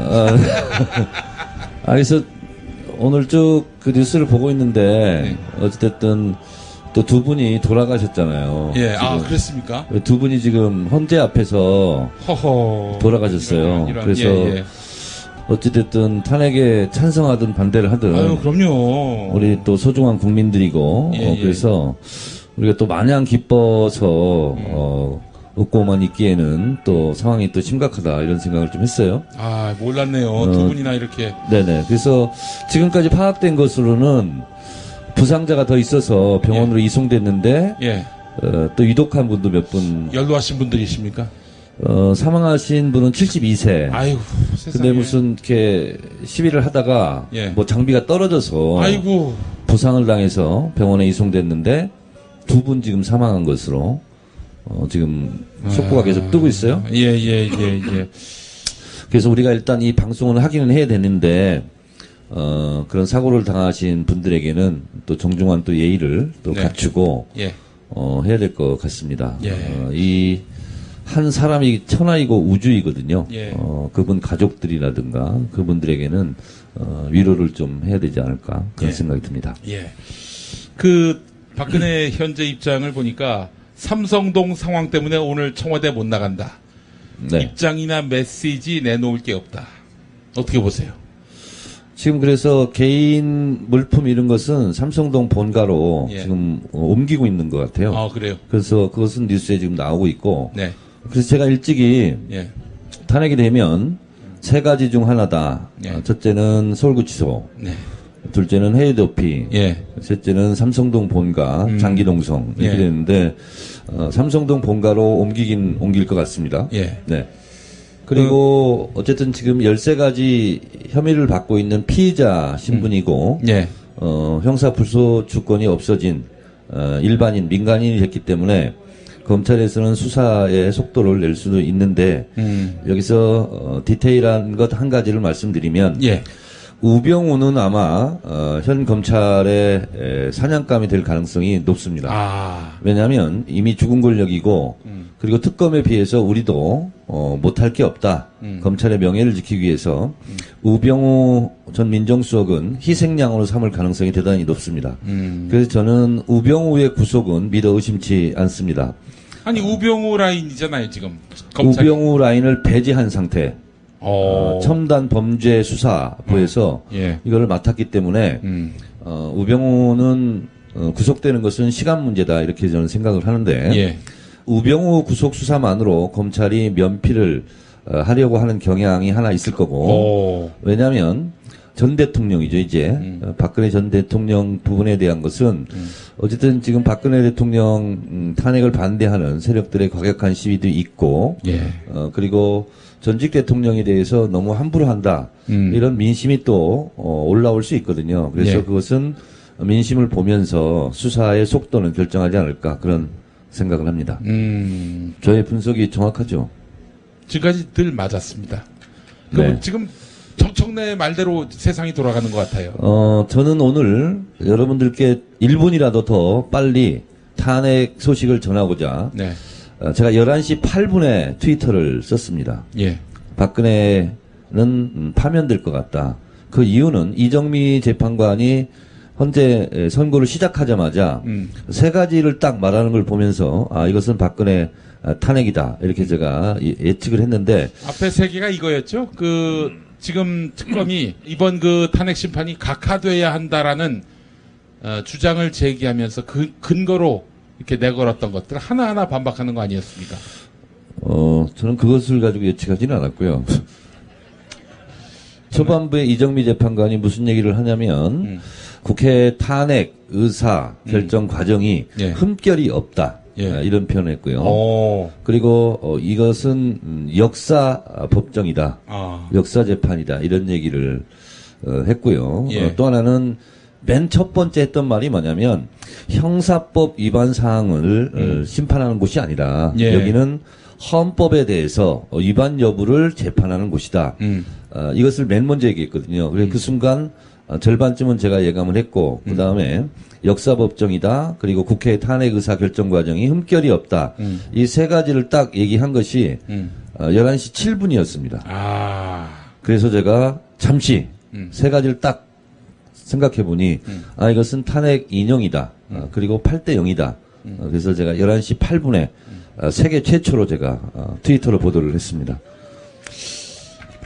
너무 지나치게 아전인수 아닌가요? 아전인수가 아니라 제가 그냥 마음속으로만 생각하면 증거가 남지 않기 때문에 트위터를 날렸습니다. 그래서 2017년 3월 10일 11시 08분 제 트위터에 나와 있고 1년 전 11시 08분은 저 컷오프 됐다는 소식을 처음 알았던 순간이 또 작년 3월 10일 11시 8분입니다. 정청래 때문에 총선 승리를 못한다고 봐요. 추워도 총선 승리를 못한다고 봐요. 하여튼 그분은 말 안 하는 게 좋다고 봐요. 이한백 기자가 얘기했잖아요. 코끼리는 생각하지 말라고. 조지 레이코프. 그 판도라에서도 제가 이완배 기자 그거 보고 다 방송한 거예요. 이완배 기자가 지금 저의 정치적 스승입니다. 아, 그렇군요. 네, 아주 똑똑한 분이고. 그 이완배 기자를 단독 방송하고 있는 데가 바로 김용민 브리핑이고. 그런 의미에서 김용민 브리핑이 김어준의 뉴스공장보다는 훨씬 더 퀄리티가 높다고 봅니다. 그건 뭐 그런 말씀은 너무 당연해가지고. 오늘도 김어준한테 전화 왔어요. 김용민 브리핑 그런 방송 가지 말라고. 그래서 제가 또 의리는 지켜야 되잖아요. 그래서 안 간다고 문자했더니 답장이 없어. 그래서 어쩔 수 없이 나왔는데 하여튼 뭐 김어준 총수는 별로 뭐 맞추는 게 없어요. 이제 뭐 김어준의 시대는 이제 갔습니다. 이제. 제가 봤을 때도 좀 그래 보여요. 김어준의 시대가 이제 가고요. 이제 김용민의 시대는 이미 왔고. 이미 왔고. 의원님, 이제 대선 가도에 접어들게 됐고요. 대통령 선거가 이제 5월 9일쯤 될 것 같습니다. 그것도 일찍이 제가 예언을 했죠. 5월 9일도 5월 예측하셨어요? 9일 4월 26일로 하셨던 것 같은데. 아니, 그것은, 헌재가 목요일 날 보통 판결을 하는데, 헌재에서 긴급하게 특별한 재판은 목요일 날 관례를 따르지 않을 수 있다. 그래서 그러면 3월 10일로 옮겨진 거 아니겠습니까? 그러면 5월 9일이죠. 5월 9일. 자, 그러면 이제 지금부터 예측 퍼레이드로 이어가겠습니다. 황교안 출마한다, 안 한다? 안 할 것 같습니다. 안 합니다. 알겠습니다. 자, 그렇다면은 보수 진영 자유한국당에서는 후보를 낸다, 안 낸다? 무지하게 많이 낼 것 같습니다. 무지하게 많이 낸다. 후보는 홍준표가 된다. 그러지는 않을 것 같습니다. 그러면 누가 된다는 겁니까? 김용민이 될 것 같습니다. 아니, 세상이 우리 정청래 전 의원 뜻대로 돌아가는데, 이러면 곤란한데요. 그래서, 김용민 자유당 당원이죠? 그렇습니다. 그래서, 불출마를 조만간 선언하는 것이 어떨까? 제가? 그래서 혼란에 빠뜨리는 거죠. 혼란에. 멘붕. 유력 주자가 또 그러면은 제가 후보까지 된 다음에 5월 8일쯤 사퇴 선언하면 어떨까요? 지금 그 말을 해서 잘 안 될 것 같습니다. 알겠습니다. 그럼 계속 한번 여쭤보겠습니다. 민주당에서 차기 대선 승리한다. 그걸 보고 영어로 absolutely. absolutely 알겠습니다. 자, 그럼 몇 대 몇으로? 저는 예언을 이미 또 이것도 한 바 있습니다. 문재인 후보가 55% 안팎으로 승리하지 않을까 그렇게 저는 예측 전망했습니다. 여러분 다 기억해 놓으십시오. 과연 용한지 용하지 않은지 우리가 검증해 볼 필요가 있습니다. 지금까지 제가 예측한 것이 틀린 게 없어요. 틀린 게 없는데 제가 방금 트위터에다 이렇게 쓰고 왔습니다. 정청래 예언이 100% 여러 가지 다 맞았던 이유는 제 입의 신통력이 아니고 촛불 국민의 힘이었다. 그렇습니다. 왜냐하면 저처럼 광화문에 자주 나오는 사람 없잖아요. 촛불 국민들의 눈빛, 결의와 각오 정도 이것을 제가 정확하게 수치로 엮어보니까 촛불 국민의 힘에 의해서 3월 10일 날 탄핵되고 12월 9일 날 국회에 탄핵되고 이런 것을 다 예측할 수 있었어요. 그러니까 국민 속에서 있다 보면 그런 예측들을 하게 되죠. 자, 이 촛불 민심, 촛불 혁명의 대의가 내년 지방선거는 물론이고 앞으로도 계속 표심으로 드러난다. 내년 지방선거는 양상이 다를 수 있습니다. 왜냐하면 이렇게 전 국민의 열망으로 출범한 새 정부가 또 촛불 국민의 여망에 부응하지 못하면 민심은 바로 돌아설 수 있습니다. 자, 그러면 여망에 부응한다, 부응하지 않는다? 저는 여망에 다 충족하기는 어려울 것 같습니다. 근데 그게 실망으로 갈 것이다? 아니면 그래도 한번 좀 지켜보자로 갈 것이다? 고려대학교 최장집 교수가 쓴 민주화 이후의 민주주의라는 책에 보면 민주화 이후는 국민들의 열망과 실망의 사이클이 반복된다. 이렇게 쓰고 있습니다. 그럼 지방선거는 어떻게 하향 사이클입니까? 상향 사이클입니까? 정권 출범 이후 1년이거든요. 예. 그러면 1년 동안을 국민들이 기다려주지는 않을 것 같습니다. 그렇군요.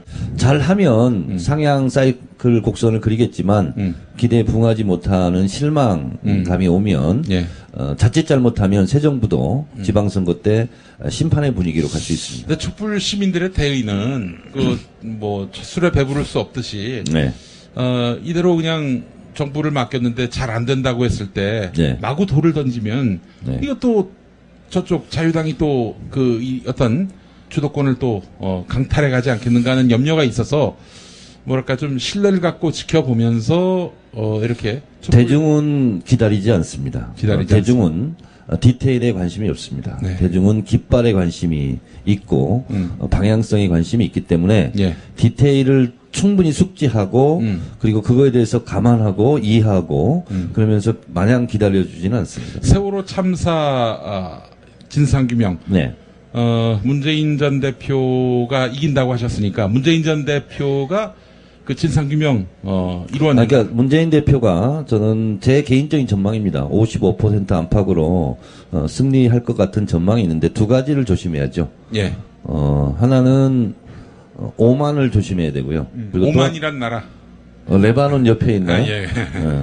하여튼 오만을 조심해야 되고 또 하나는 실제로 촛불 민심과 어긋나는 언어를 사용하면 안 됩니다. 그래서 이 두 가지를 항상 조심해야 되죠. 그 조심해야 할 언어 중에는 대연정도 포함됩니까? 대연정은 딜리트 해야 됩니다. 머릿속에서 지워야 됩니다. 기피하는 정도가 아니라 딜리트. 딜리트 해야 됩니다. 혹시 휴지통 비우기도 해야 됩니까?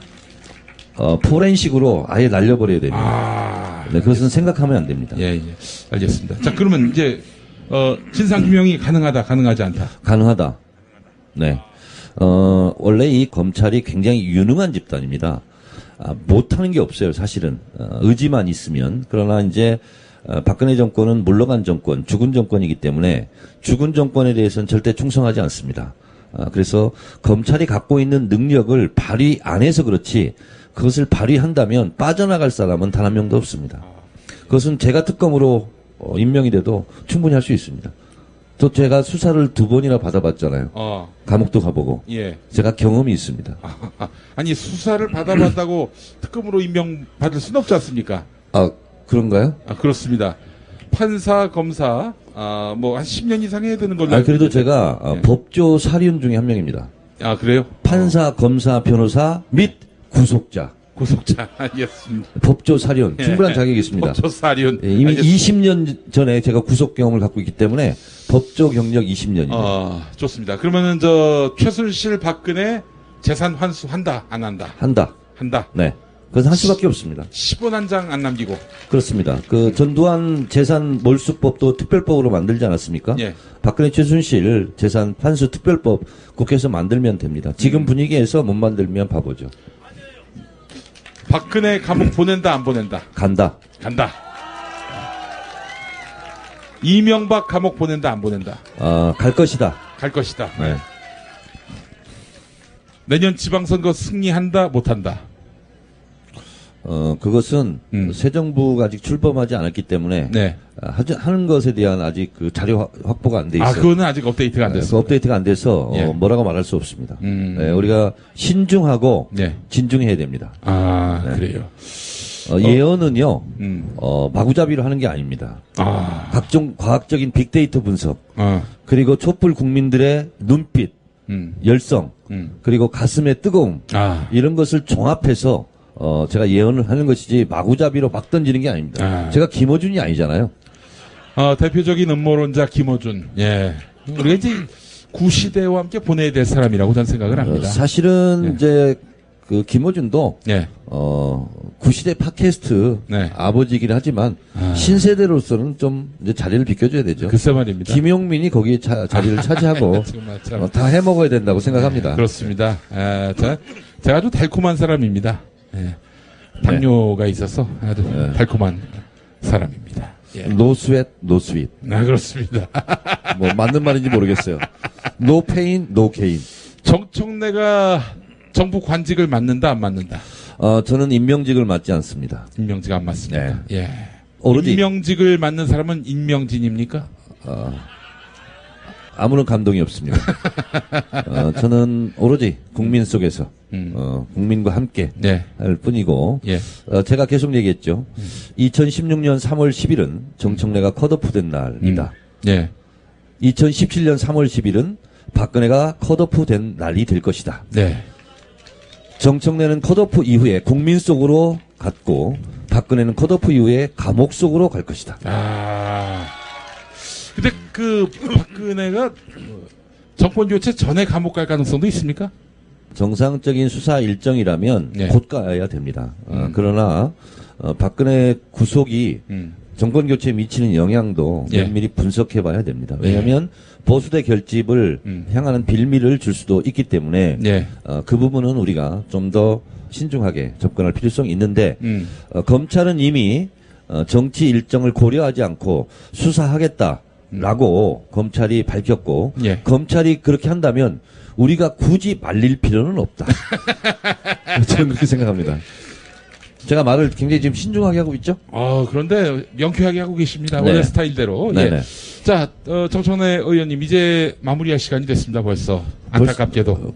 벌써 제가 가야 됩니까? 그렇습니다. 네. 다음 순서도 있고 그래서. 제가 사실 오늘 안 오려고 그랬는데. 아니 당신 문자를 안 받아 왜? 신의 한 수였군요. 신의 한 수. 2시 반에 문자 했어. 아니 방송을 하는데 어떻게 4시에 못 갈 것 같다. 유유 이렇게 했더니 안 받아. 그랬더니 여기 청래당 당원이 의원님 나온다고 했는데 왜 지금 안 와요? 그래서 계속 카톡을 하는 거예요. 그래야 청래당 총재로서 또 총재의 또 위엄을 갖춰야 되잖아요.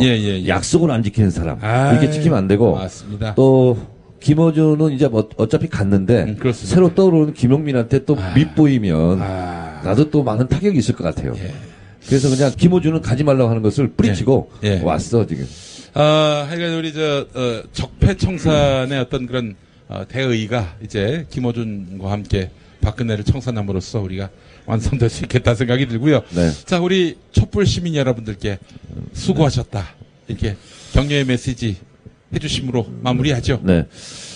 2017년 3월 10일은 대한민국 한국 현대사 100년 중에서 아주 손꼽을 수 있는 역사의 길이 남을 하루라 이렇게 생각을 합니다. 저는 1919년 3월 1일 독립만세운동 그리고 해방을 맞이했던 1945년 8월 15일 그리고 4.19 그리고 5.18 그리고 6월항쟁과 비추어서 결코 손색이 없고 너무나 자랑스러운 대한민국 국민의 주권자로서의 행동을 당당하게 해서 승리한 날이다라고 생각을 합니다.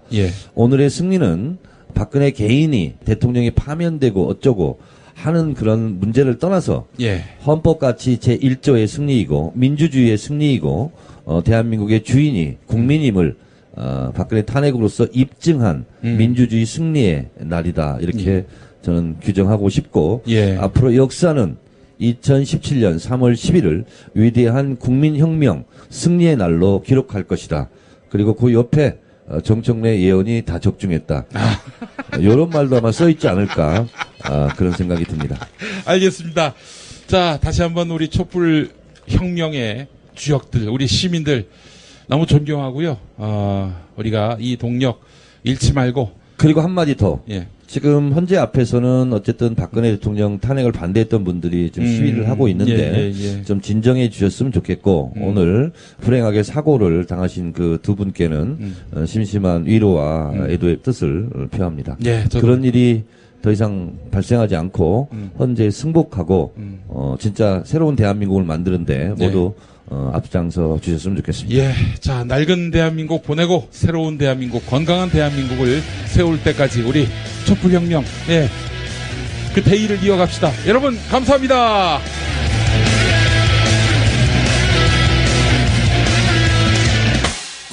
김용민 브리핑과 함께한 시간 어떠셨어요? 다음 시간에도 보다 바르고 알차며 즐거운 정보로 여러분을 찾아가겠습니다. 팟캐스트 포털 팟빵에서 다운로드하기, 구독하기, 별점 주기, 댓글 달기로 응원해주세요. 잊지 마세요. 다운로드하기, 구독하기, 별점 주기, 댓글 달기.